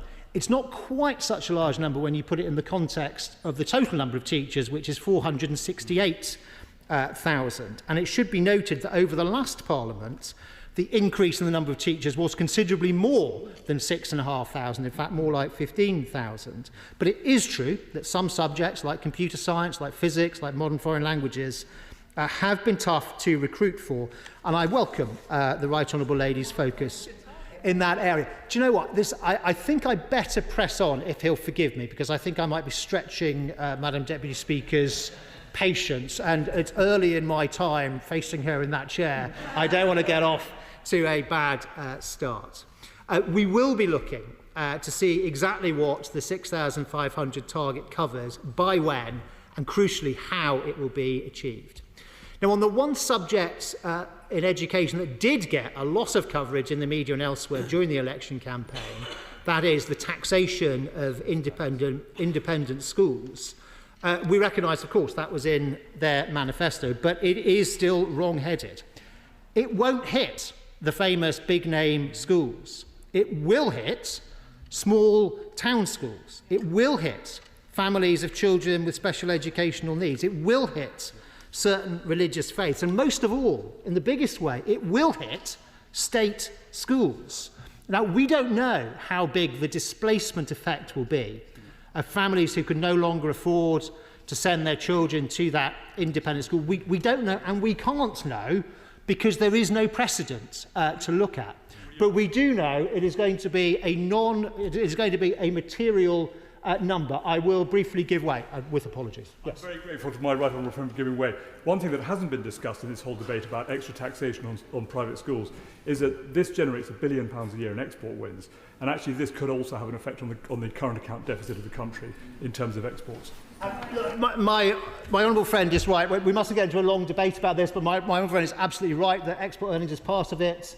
About choice of this country for multinationals and where they site their headquarters. All of these things are consideration. The Ministry of Defence, all of these things are consideration. And as I did inadvertently skip over the honourable gentleman.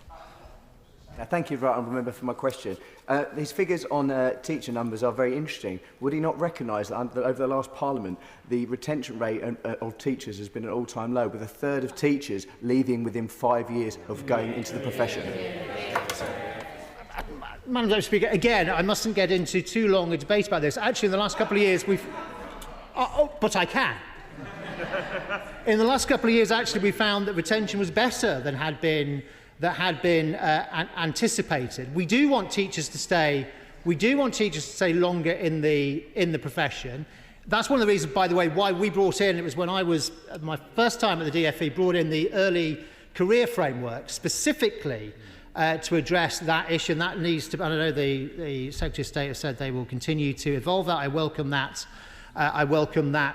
Too. But the fact of the matter is, we do have 468,000 teachers in the profession. Part of that is to do with retention. Part of it, by the way, is to do with return. So people returning to the profession, which again has been at times has been better than had been anticipated, and also to do with a very significant programme to get people into teaching in the first place through bursaries and scholarships. Just to come back to the question about taxation and independent education, I would ask that at the very least today, the Minister, when she sums up, if she could confirm that they are not going to further bring this measure forward so that we end up with an in-year disruption to those families and to those state schools trying to cope with an influx potentially of large numbers of children. And can she also guarantee that in the large number of spending programmes that have been linked to this taxation income stream, that those are protected, including the 6,500 teachers, that those spending programmes are protected regardless of what happens on the income from the VAT. Now, Madam Deputy Speaker, I'm coming close to the end. We set about, as I said, a major upgrade in technical and vocational education. The Secretary of State in her speech said something important, I think, and new today about what was going to happen. I hope they will see through T-levels and the reform of technical and vocational education on the blueprint, and we always did this in government with a cross-party approach, on the blueprint of Lord Sainsbury. She mentioned that she will be updating the House tomorrow. Will her friend confirm, in summing up, that that will be an oral statement, giving honourable and right honourable members a chance to question ministers on exactly what is proposed?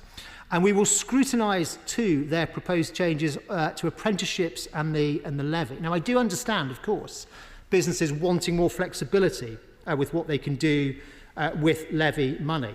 But the crucial thing, two crucial things about the apprenticeship levy. Well, first of all, it dealt with what economists call the free rider problem. That historically some businesses invested strongly in training their staff, and others did not, but then benefited from those members of staff leaving that employer to join that one after 2 or 3 years. And secondly, it made sure there was investment going in, human capital investment going in to incremental training, not just rebadging training that would have happened in that company otherwise. And in whatever reform they undertake, those two things will also have to be delivered. And on Skills England, we just need to know what it is. We do understand the desire of a Labour government to say, in emergency, break glass, reach for Quango. But what does it do that is different from what is done today by the Institute for Apprenticeships and Technical Education, by local skills improvement plans, by the Unit for Future Skills? Now, I am proud that disadvantaged youngsters are now much more likely to go on to higher education than they were, despite, of course, predictions of the opposite at the time that the student financing system was brought in. And I do remember very well that when in opposition, Labour members of Parliament said repeatedly that fees should never go as high as £9,000 or £9,250. And we will be watching, Madam Deputy Speaker, for consistency in their approach in the months and years ahead. Now, we do need to ensure high quality provision for students, and it does no favours to a young person to go to university if it's then to a course where we know there is a high proportion of students who do not even complete the course. We spoke during the election campaign of our plan to build on our foundation of the Office for Students to ensure that, in whatever subject it might be, students can be confident that their course is of that high quality. And the new government needs to set out how they, in their way, will also ensure that that quality is guaranteed. To conclude, it is often said, it was said earlier this afternoon, come on, that the first duty of government is to defend our country, our national security, and keep people safe. It is the most fundamental function of government to have sound management of the economy and the finances. Well, the noblest drive in government is to strive to spread opportunity as far and as equitably as possible. Education ultimately is the key to almost everything. We wish the new government and this team of ministers well. We will work positively and constructively with them. We will scrutinise what they say, monitor what they do, and hold them to account for what they deliver. Thank you, Madam Deputy Speaker. May I start by congratulating you on your election and to say what a great pleasure it is to see you in your place. And may I also congratulate the Secretary of State on her appointment. I know how deep her commitment goes to increasing opportunity and addressing disadvantage for children right across our country. Education from the early years through school and on to further and higher education is arguably the most important tool in the government's box for addressing disadvantage. I am therefore delighted to see breaking down the barriers to opportunity at every stage as one of the core missions of this Labour government. Labour has always recognised the importance of education as a route to addressing poverty, disadvantage and inequality, as well as in driving economic growth. It is at the heart of what we believe in and at the heart of what we have always delivered in government, from comprehensive schools to the Open University, from Sure Start to the London Challenge for School Improvement. This new Labour government will continue in that proud tradition of delivering for our children and young people, with free breakfast clubs in every primary school, new nursery places across the country, open access mental health support in schools and communities, more teachers in our schools, a new fit-for-purpose curriculum, a further education sector to deliver the skills young people need to thrive and our economy needs to grow, and new support to protect young people from serious violence.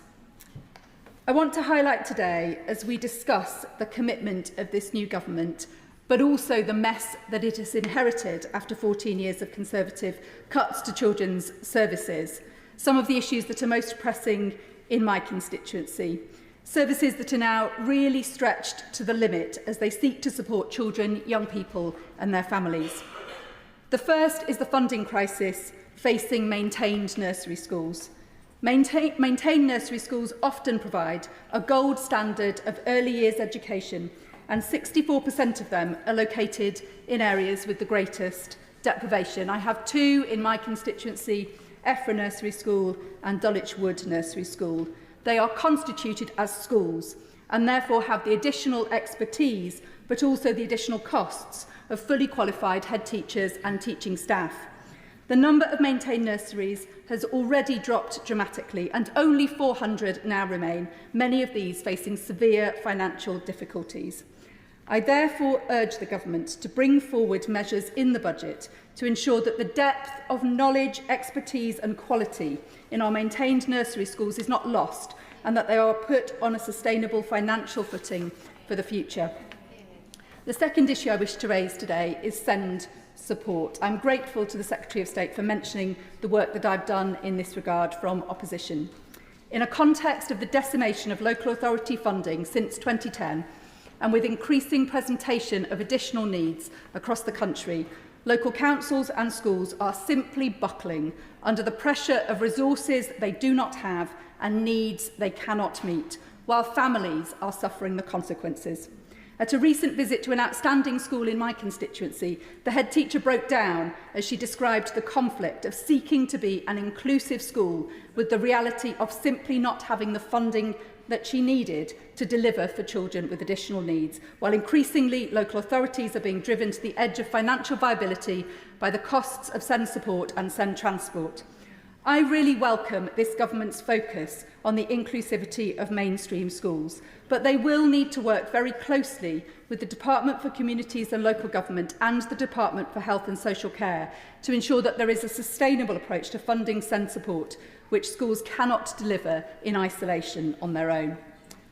Third, the outcomes for care experienced people after 14 years of Conservative government are utterly disgraceful. The system is so broken that frequently the state takes the decision to remove a child from their family because they are not considered to be safe and places them in an environment in which they are even less safe and secure. Care experienced people are so overrepresented in both the criminal justice system and the homeless population because they are being so badly failed that if the government is serious about tackling these challenges, it must turn its attention to delivering better support and better outcomes for care experienced people. One way in which this situation could be turned around is through the development of a new care experience covenant placed on a statutory footing, requiring every part of the public sector to take the responsibilities of corporate parenting seriously, supported by a national care leaver offer. And I wonder whether the Minister could make any commitments in this regard today. Finally, the previous Conservative government changed the schools funding formula to remove the disadvantage weighting. That had the effect of proactively funnelling funding away from schools in constituencies like mine with high levels of deprivation to more affluent areas of the country, and my local schools are really feeling the impact as they seek to provide an excellent education for every child. Will the Minister give an undertaking to look at the schools funding formula to ensure both that schools in the most disadvantaged areas of the country have the resources they need to deliver for every child, and that the formula itself is no longer pitting different areas of the country against each other, but represents a genuine levelling up of the resources for our schools? Madam Deputy Speaker, I know that this government will transform the life chances of children and young people across our country and make sure that no child is left behind.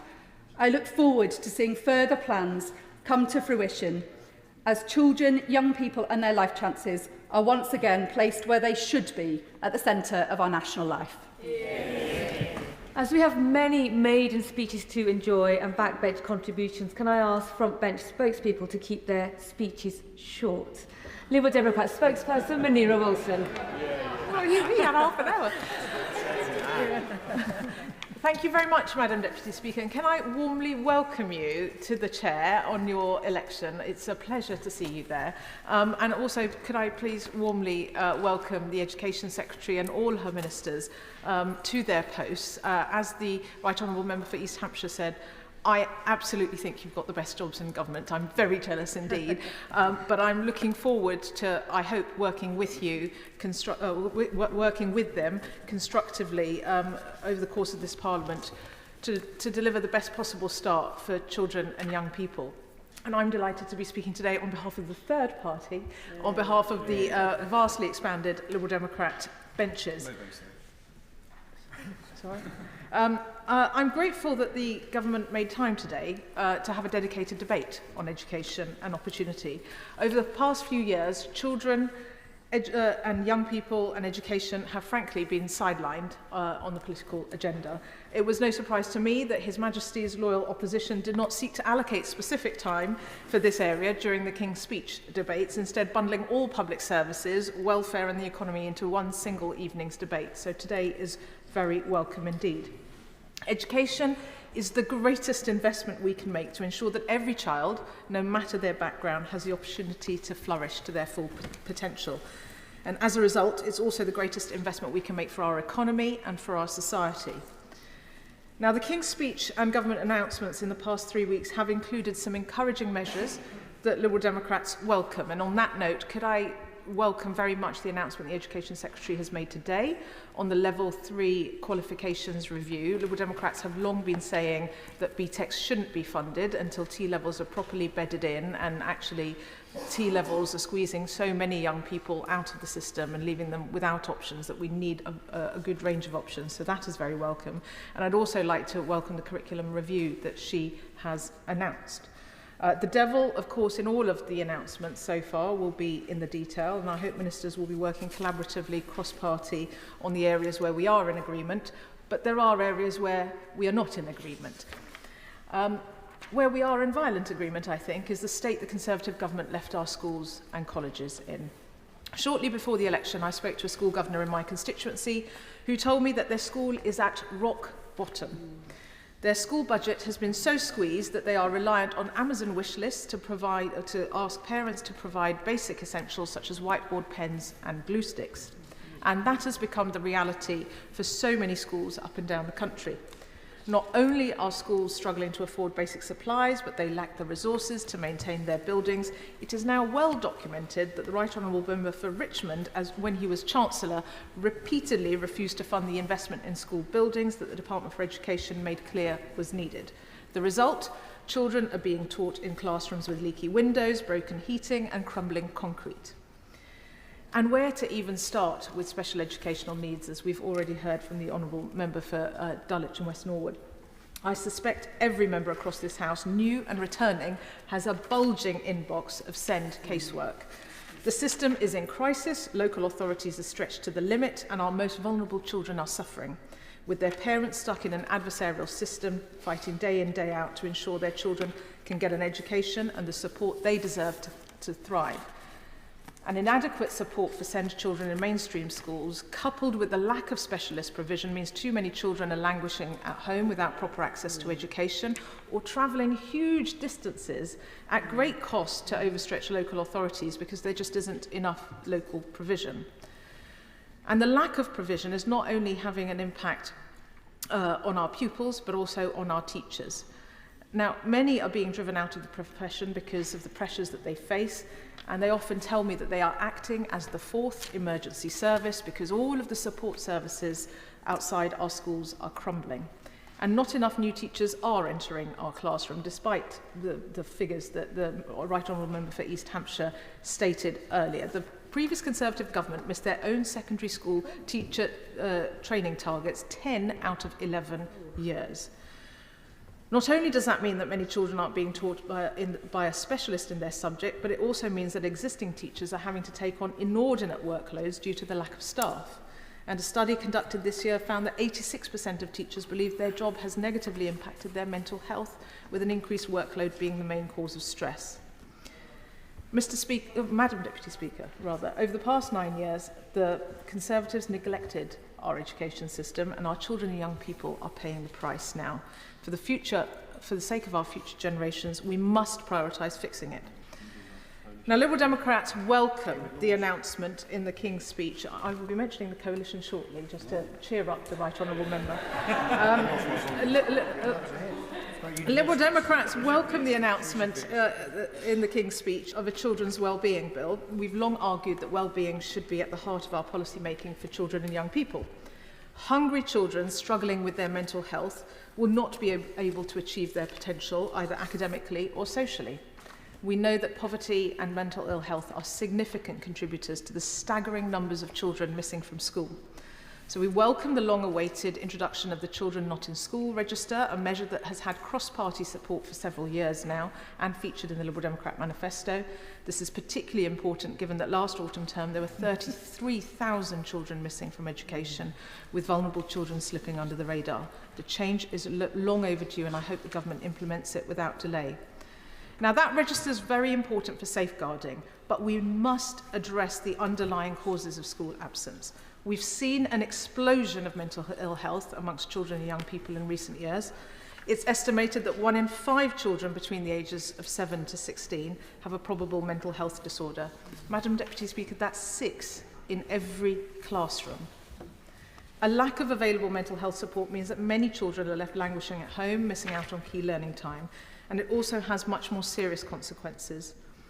The day after the election was called, I spoke to one of our the local secondary head teachers in my constituency, where several children in recent months had ended up in A&E after attempted suicide.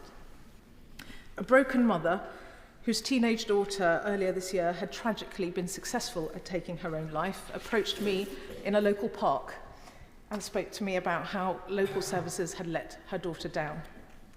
Madam Deputy Speaker, prevention is better than cure.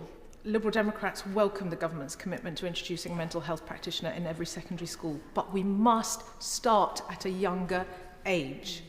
That's why the Liberal Democrats have long called for the introduction of mental health practitioners in every primary and secondary school. And I do recognise the mental health support teams that were introduced by the previous government, but the reality is they are shared across far too many schools, and the average primary school is getting half a day a week, and the average secondary school is getting maybe 1 or 2 days a week. Those schools need full-time dedicated support given the level of need we see in schools.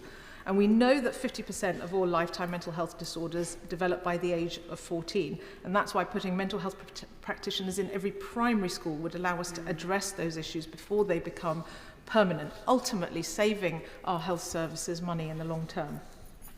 Now, another underlying cause of absence from school and pressures on school staff is the growing number of children living in poverty. It's disappointing that the government continues to refuse to lift the 2-child cap on benefits, and Liberal Democrats will continue to campaign for this cruel policy to be removed, which would immediately lift 300,000 children out of poverty. Children up and down the country cannot afford to eat, with some children being forced to pretend to eat out of empty lunchboxes or reportedly even eating rubbers out of desperation. In a country as wealthy as ours, no child should be going hungry at school. And that's why I'm immensely proud that it was the Liberal Democrats in government who introduced free school meals for every infant school child.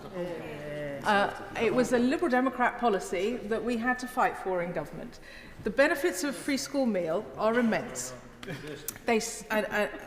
The benefits of a free school meal are immense. It saves parents time and money, it helps children eat more healthily, and has even been proven to boost educational outcomes.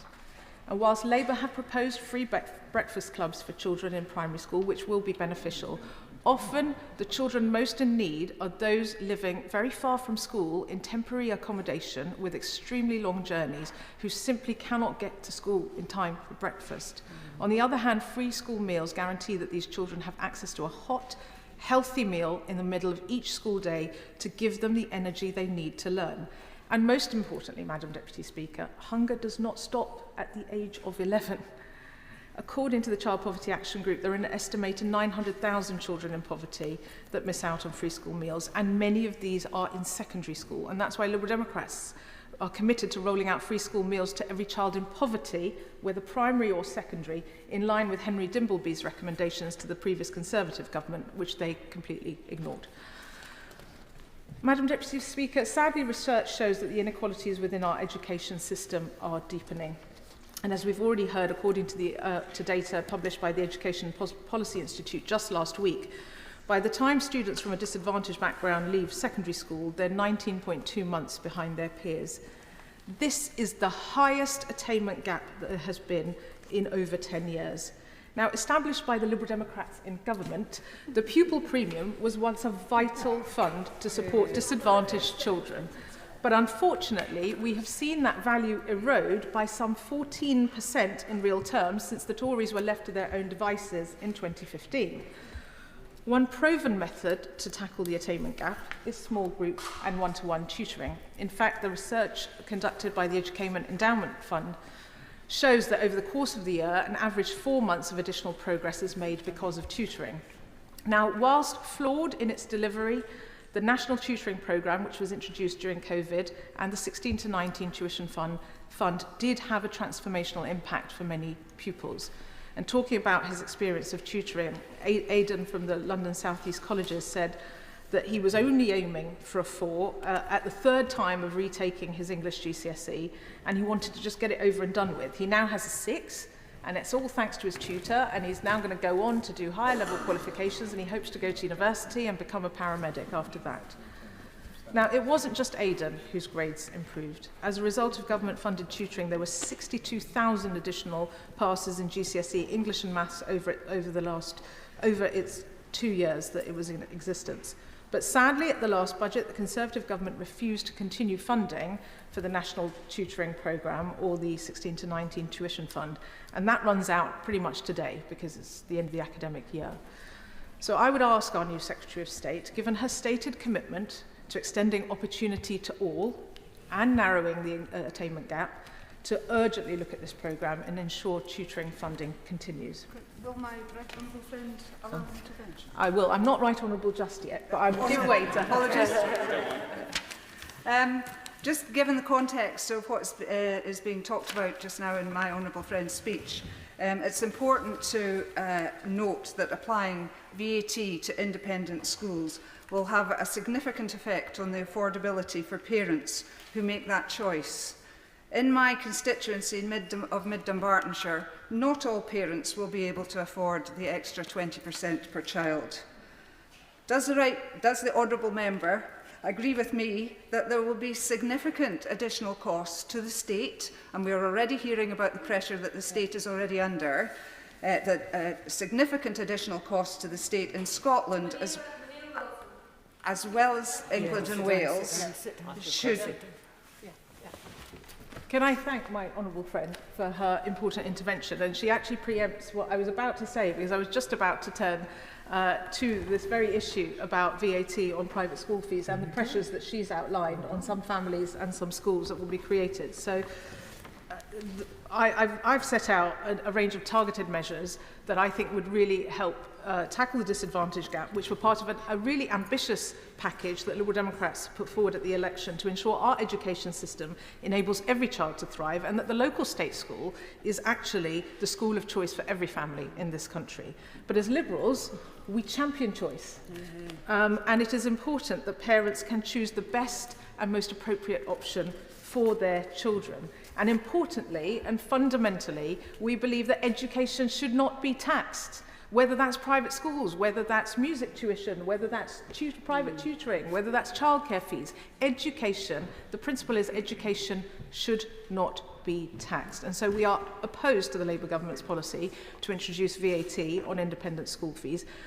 I don't think this policy will do very much at all to boost our state schools, and in fact it risks reducing the brilliant partnership work that we see between so many private schools and their local state schools, such as sharing staff time and facilities. And I've seen that very vividly, actually, with Hampton School and Lady Eleanor Hollis School in my constituency, working with the Reach Academy in Feltham in a very deprived area, and they've really helped boost the life chances for many of those children in Feltham and helped with coaching for university interviews and medical school interviews.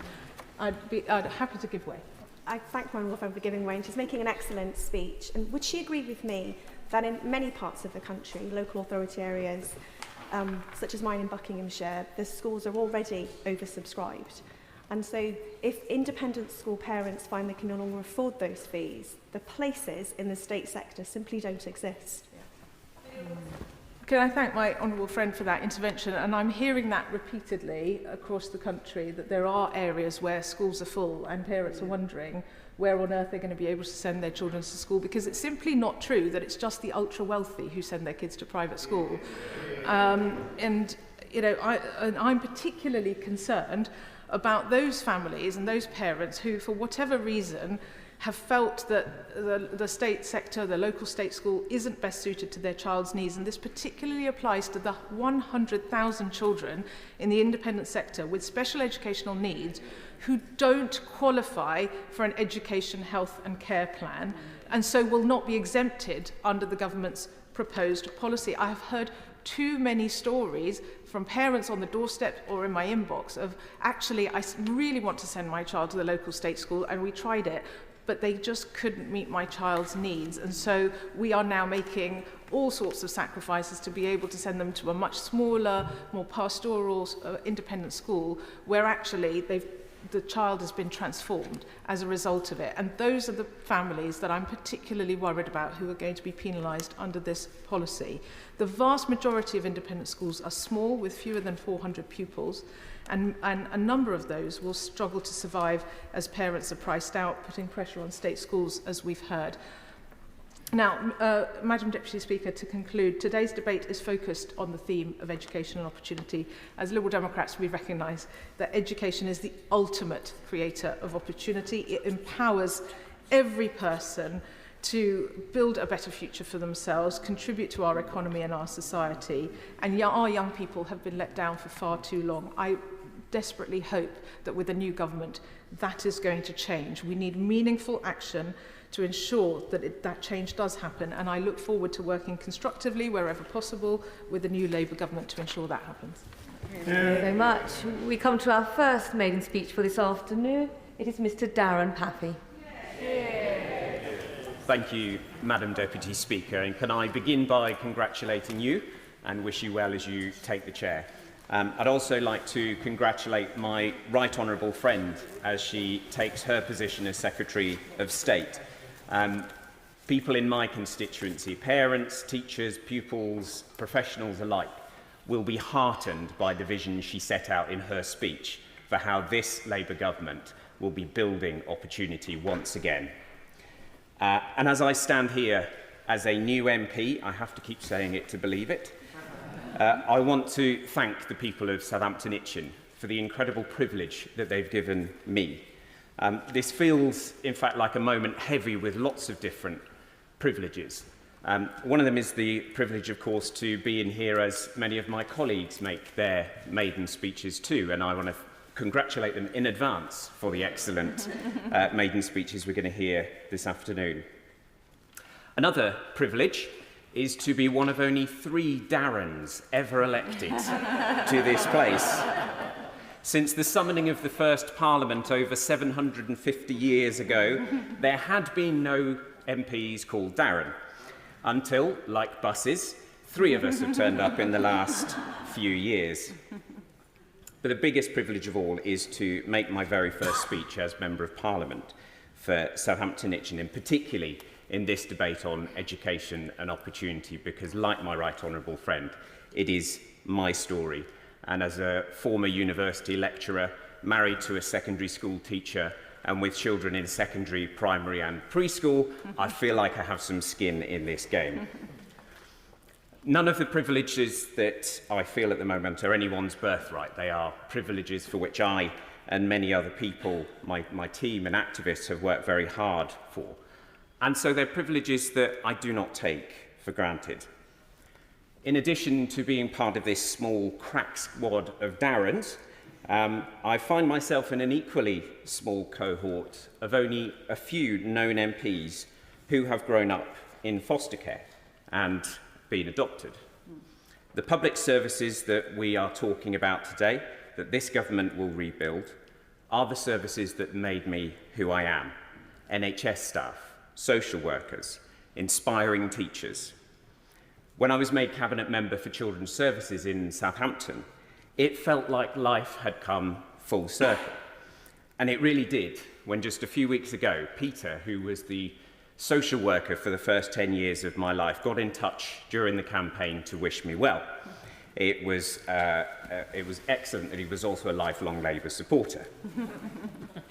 But as Cabinet Member, I worked hard to get better support for our care experienced young people, because too many don't get the start they deserve, or nor the help that they need. And we must do more to fight for them. And I look forward to working with, amongst others, my honourable friend, the member for Whitehaven and Workington, who's already done excellent work on the need for reviewing social care, and I know that he'll continue to be a great champion for care experienced children. In his gracious speech, His Majesty set out this Labour government's mission to break down barriers to opportunity and to promote children's well-being. The Secretary of State has said that she will help working-class children to defy the odds to succeed, just as she did. And Madam Deputy Speaker, as one who grew up as a working-class foster kid, I will do everything I can to back that mission, especially for my constituents. And if I achieve just one thing as an MP, though I obviously intend to work very hard and achieve more than just one thing, I hope it's to say to those whose backgrounds look anything like mine, Let those challenging times and that stigma that often comes with social care never ever hold you back, but instead forge in you a steely determination to achieve your fullest potential. I wouldn't be here without some measure of that. I certainly wouldn't be here without my wonderful wife, children and siblings who have supported and often tolerated my journey to this place, as well as my parents, who are no longer with us to share this moment, but whom I thank for the values they instilled in me and the opportunities that they provided me with in life. I'd like to pay tribute to my predecessor, Royston Smith.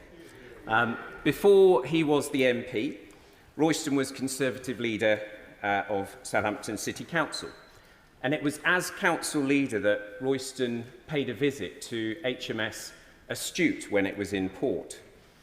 A dreadful and fatal gun attack broke out, and Royston showed enormous bravery by tackling and disarming the gunman, preventing further bloodshed.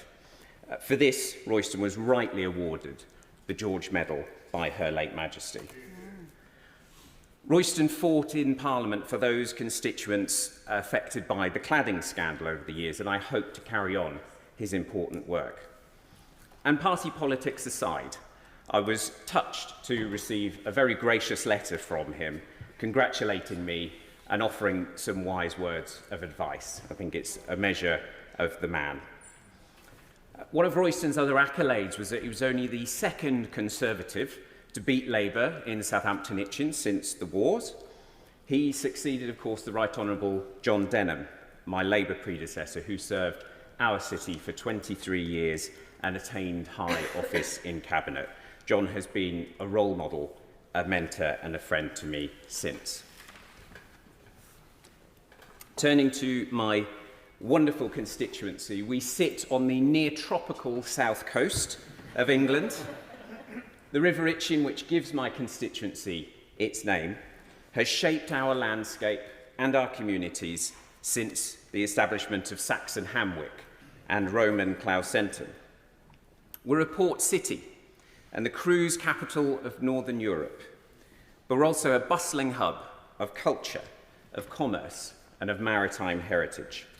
From the medieval Bargate and city walls, through to the groundbreaking Ocean Infinity, Starling Bank, and the National Oceanography Centre, Southampton is a place where history and innovation walk hand in hand. We are an outward-looking city. We are the gateway to the world, as we've often been called. The Pilgrim Fathers sailed from Southampton, as did our brave D-Day troops. Spitfires and military ships were manufactured on the shores of the Itchen in Woolston. We have two world-leading and civic-focused universities, and marine and green tech enterprises abound. It's a place where public servants and labourers, stevedores and students, entrepreneurs and artists all contribute to the rich mosaic of daily life here. Our people are resilient. They are diverse. They are welcoming and warm. Our city faces challenges like so many others. Health inequalities, child poverty levels that are far too high. Many compare us to demographically being a northern seat that happens to be in the south. But we're also a microcosm of the broader ambitions of this country and a beacon of the potential still to be unleashed. Indeed, our vision is to be a city of opportunity. We are a Premier League football city after a short interlude in the Championship. And I congratulate the team for winning promotion in May. And when the Saints went marching into Wembley to win the playoffs, I was proud to be in that number watching their victory. Commiserations to any Leeds fans here. And it was, of course, fantastic to see the now leader of the opposition, a fellow Saints fan, also in that number, cheering on a victory for the red team, something that keeps happening this year. But in closing, Madam Deputy Speaker, I return to my starting point, that it is a phenomenal privilege to be here. Many see this chamber from the outside and think of combative Punch and Judy politics. But as I join these benches, I look over to the plaque of our colleague Jo Cox and recall her words that we are far more united and we have far more in common with each other than things that divide us. And to every constituent, whether they voted for me or not, Jo's inspiring words are the spirit in which I intend to work hard for them, together with colleagues across this House, for as long as I enjoy that privilege to serve. Yeah. Tropical Southampton Itchen. As a previous maritime minister, I got to visit it very often. Sarah Dyke, please. Thank you, Madam Deputy Speaker, and I welcome her to her place, as I do the Secretary of State and her team. And I'd like to congratulate the Honourable Member for Southampton Itchen for his maiden speech. He joins two other Darrens. I am one of many Sarahs in this place, and until very recently, I think we formed nearly 30% of the Liberal Democrat Party. I'm very, very happy to say that we are now slightly more diverse in our names. But I welcome the opportunity to speak about education and opportunity. But the sad reality is that many children across Glastonbury and Somerton are missing out on their opportunity to have an education, as they have additional requirements that their schools are simply unable to accommodate. EHCPs have become the only avenue possible for families to access support after the previous Conservative government's cuts to school and council budgets, forcing them to navigate a postcode lottery and wait months to get the support that they need. Demand for EHCPs have tripled since COVID, and local authorities are struggling to meet this demand. Only half of EHCPs are being issued within the statutory 20-week time frame. And at this point, I must declare an interest as a serving Somerset councillor. Will my honourable friend give way? Of course. Just on that point, North Yorkshire Council today have moved to restrict the services that they offer on home-to-school transport. It will disproportionately impact on rural schools and families. Whilst Conservatives might have been swept from power in this place, they're still damaging and having an impact in local government in areas like mine of North Yorkshire. Does my honourable friend agree that we should be providing more support for challenges that rural families and schools face, not less? I thank the Honourable Member for his intervention. He makes a really powerful point, because like Yorkshire, Somerset Council is forecasting to spend £140 million on children and family services, which includes SEND provision. This year, that's a 14% increase on last year. And the increase of EHCPs is also increasing the cost of home-to-school transport. The high costs being further exacerbated across Somerset because it is such a large county, rural county like Yorkshire. The average cost of travel alone to Somerset Council for one passenger with SEND is over £7,000 a year. Madam Deputy Speaker, the cumulative local authority high needs budget deficit is estimated to be £2.3 billion, ever increasing, with the latest estimates concluding that the deficit will increase to £3.6 billion by 2025. There are many local authorities working with the Department for Education through intervention programmes, such as the Safety Valve programme. These programmes are demonstrating that local authorities, despite employing best practice, are still struggling to cover this deficit, and any savings made are likely to be lost through inflation. The Liberal Democrats want to see an end to the postcode lottery families face in SEND provision by giving local authorities extra funding to reduce the amount schools pay towards children's EHCPs. Madam Deputy Speaker, this is urgent because the reality is that children are suffering, they're unhappy, they're missing their friends, they're missing their education, and as a result, their families are suffering too. Now, I was recently speaking to the parents of a child in Wincanton who had an EHCP that needed an urgent review. It didn't happen, and the child's school couldn't meet their needs. Now, this resulted in them being absent from school, missing months of crucial education. And I've also been working with a group of parents of children with SEND, and one mother from Curry Mallet told me that she believes our education system is going to see a rise in problems with attendance, adverse mental health, and an increase for the need of SEND support due to the current inflexibility of the system and its inadequacy to meet the needs of young people living in modern times. It's a total disgrace that any child would be left without an education because, if I may return to the title of this debate, this strips opportunity from them. Children with SEND will continue to suffer due to the lack of places at special schools. Government statistics from earlier this year revealed that around 2/3 of special schools are full or over capacity, with Department for Education data showing that there are around 4,000 more pupils on roll in special schools than reported capacity. In Glastonbury and Somerton, there are currently 2 special schools, and I hope a third will be ready to open near Ash for the start of the new school year, providing much needed extra provision. Children and their families across the country are in a crisis caused by the lack of specialist provision, and this isn't going to go away. Cuts to council budgets under the Conservatives have made this situation intolerable, so we must act urgently to reverse this. Liberal Democrats will work with the government to ensure that all children can access the tailored learning and support that they need. And I believe we must set up a dedicated national body for SEND to act as a champion for children with complex needs to ensure they receive that tailored support. On that point? Yes, of course. Madam Deputy Speaker, can I first of all commend the Honourable Lady for what she's saying, and she's absolutely right to focus upon SEND education.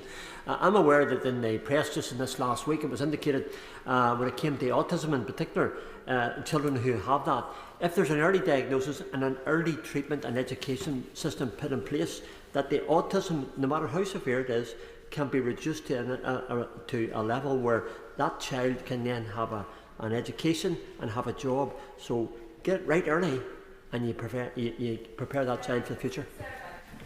I thank the Honourable Gentleman for his important and very valid point. Madam Deputy Speaker, I would just at this point like to briefly shift my focus towards the forthcoming curriculum and assessment review. Now, I've been speaking to the principal of Strode College in Street, who currently has around 550 students on BTEC courses that will be defunded following this review.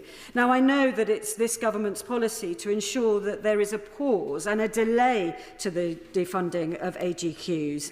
And so I would like to encourage the Secretary of State, who's no longer in her place, to ensure that this remains in place to ensure there isn't any unnecessary interruption to students' education. So, Madam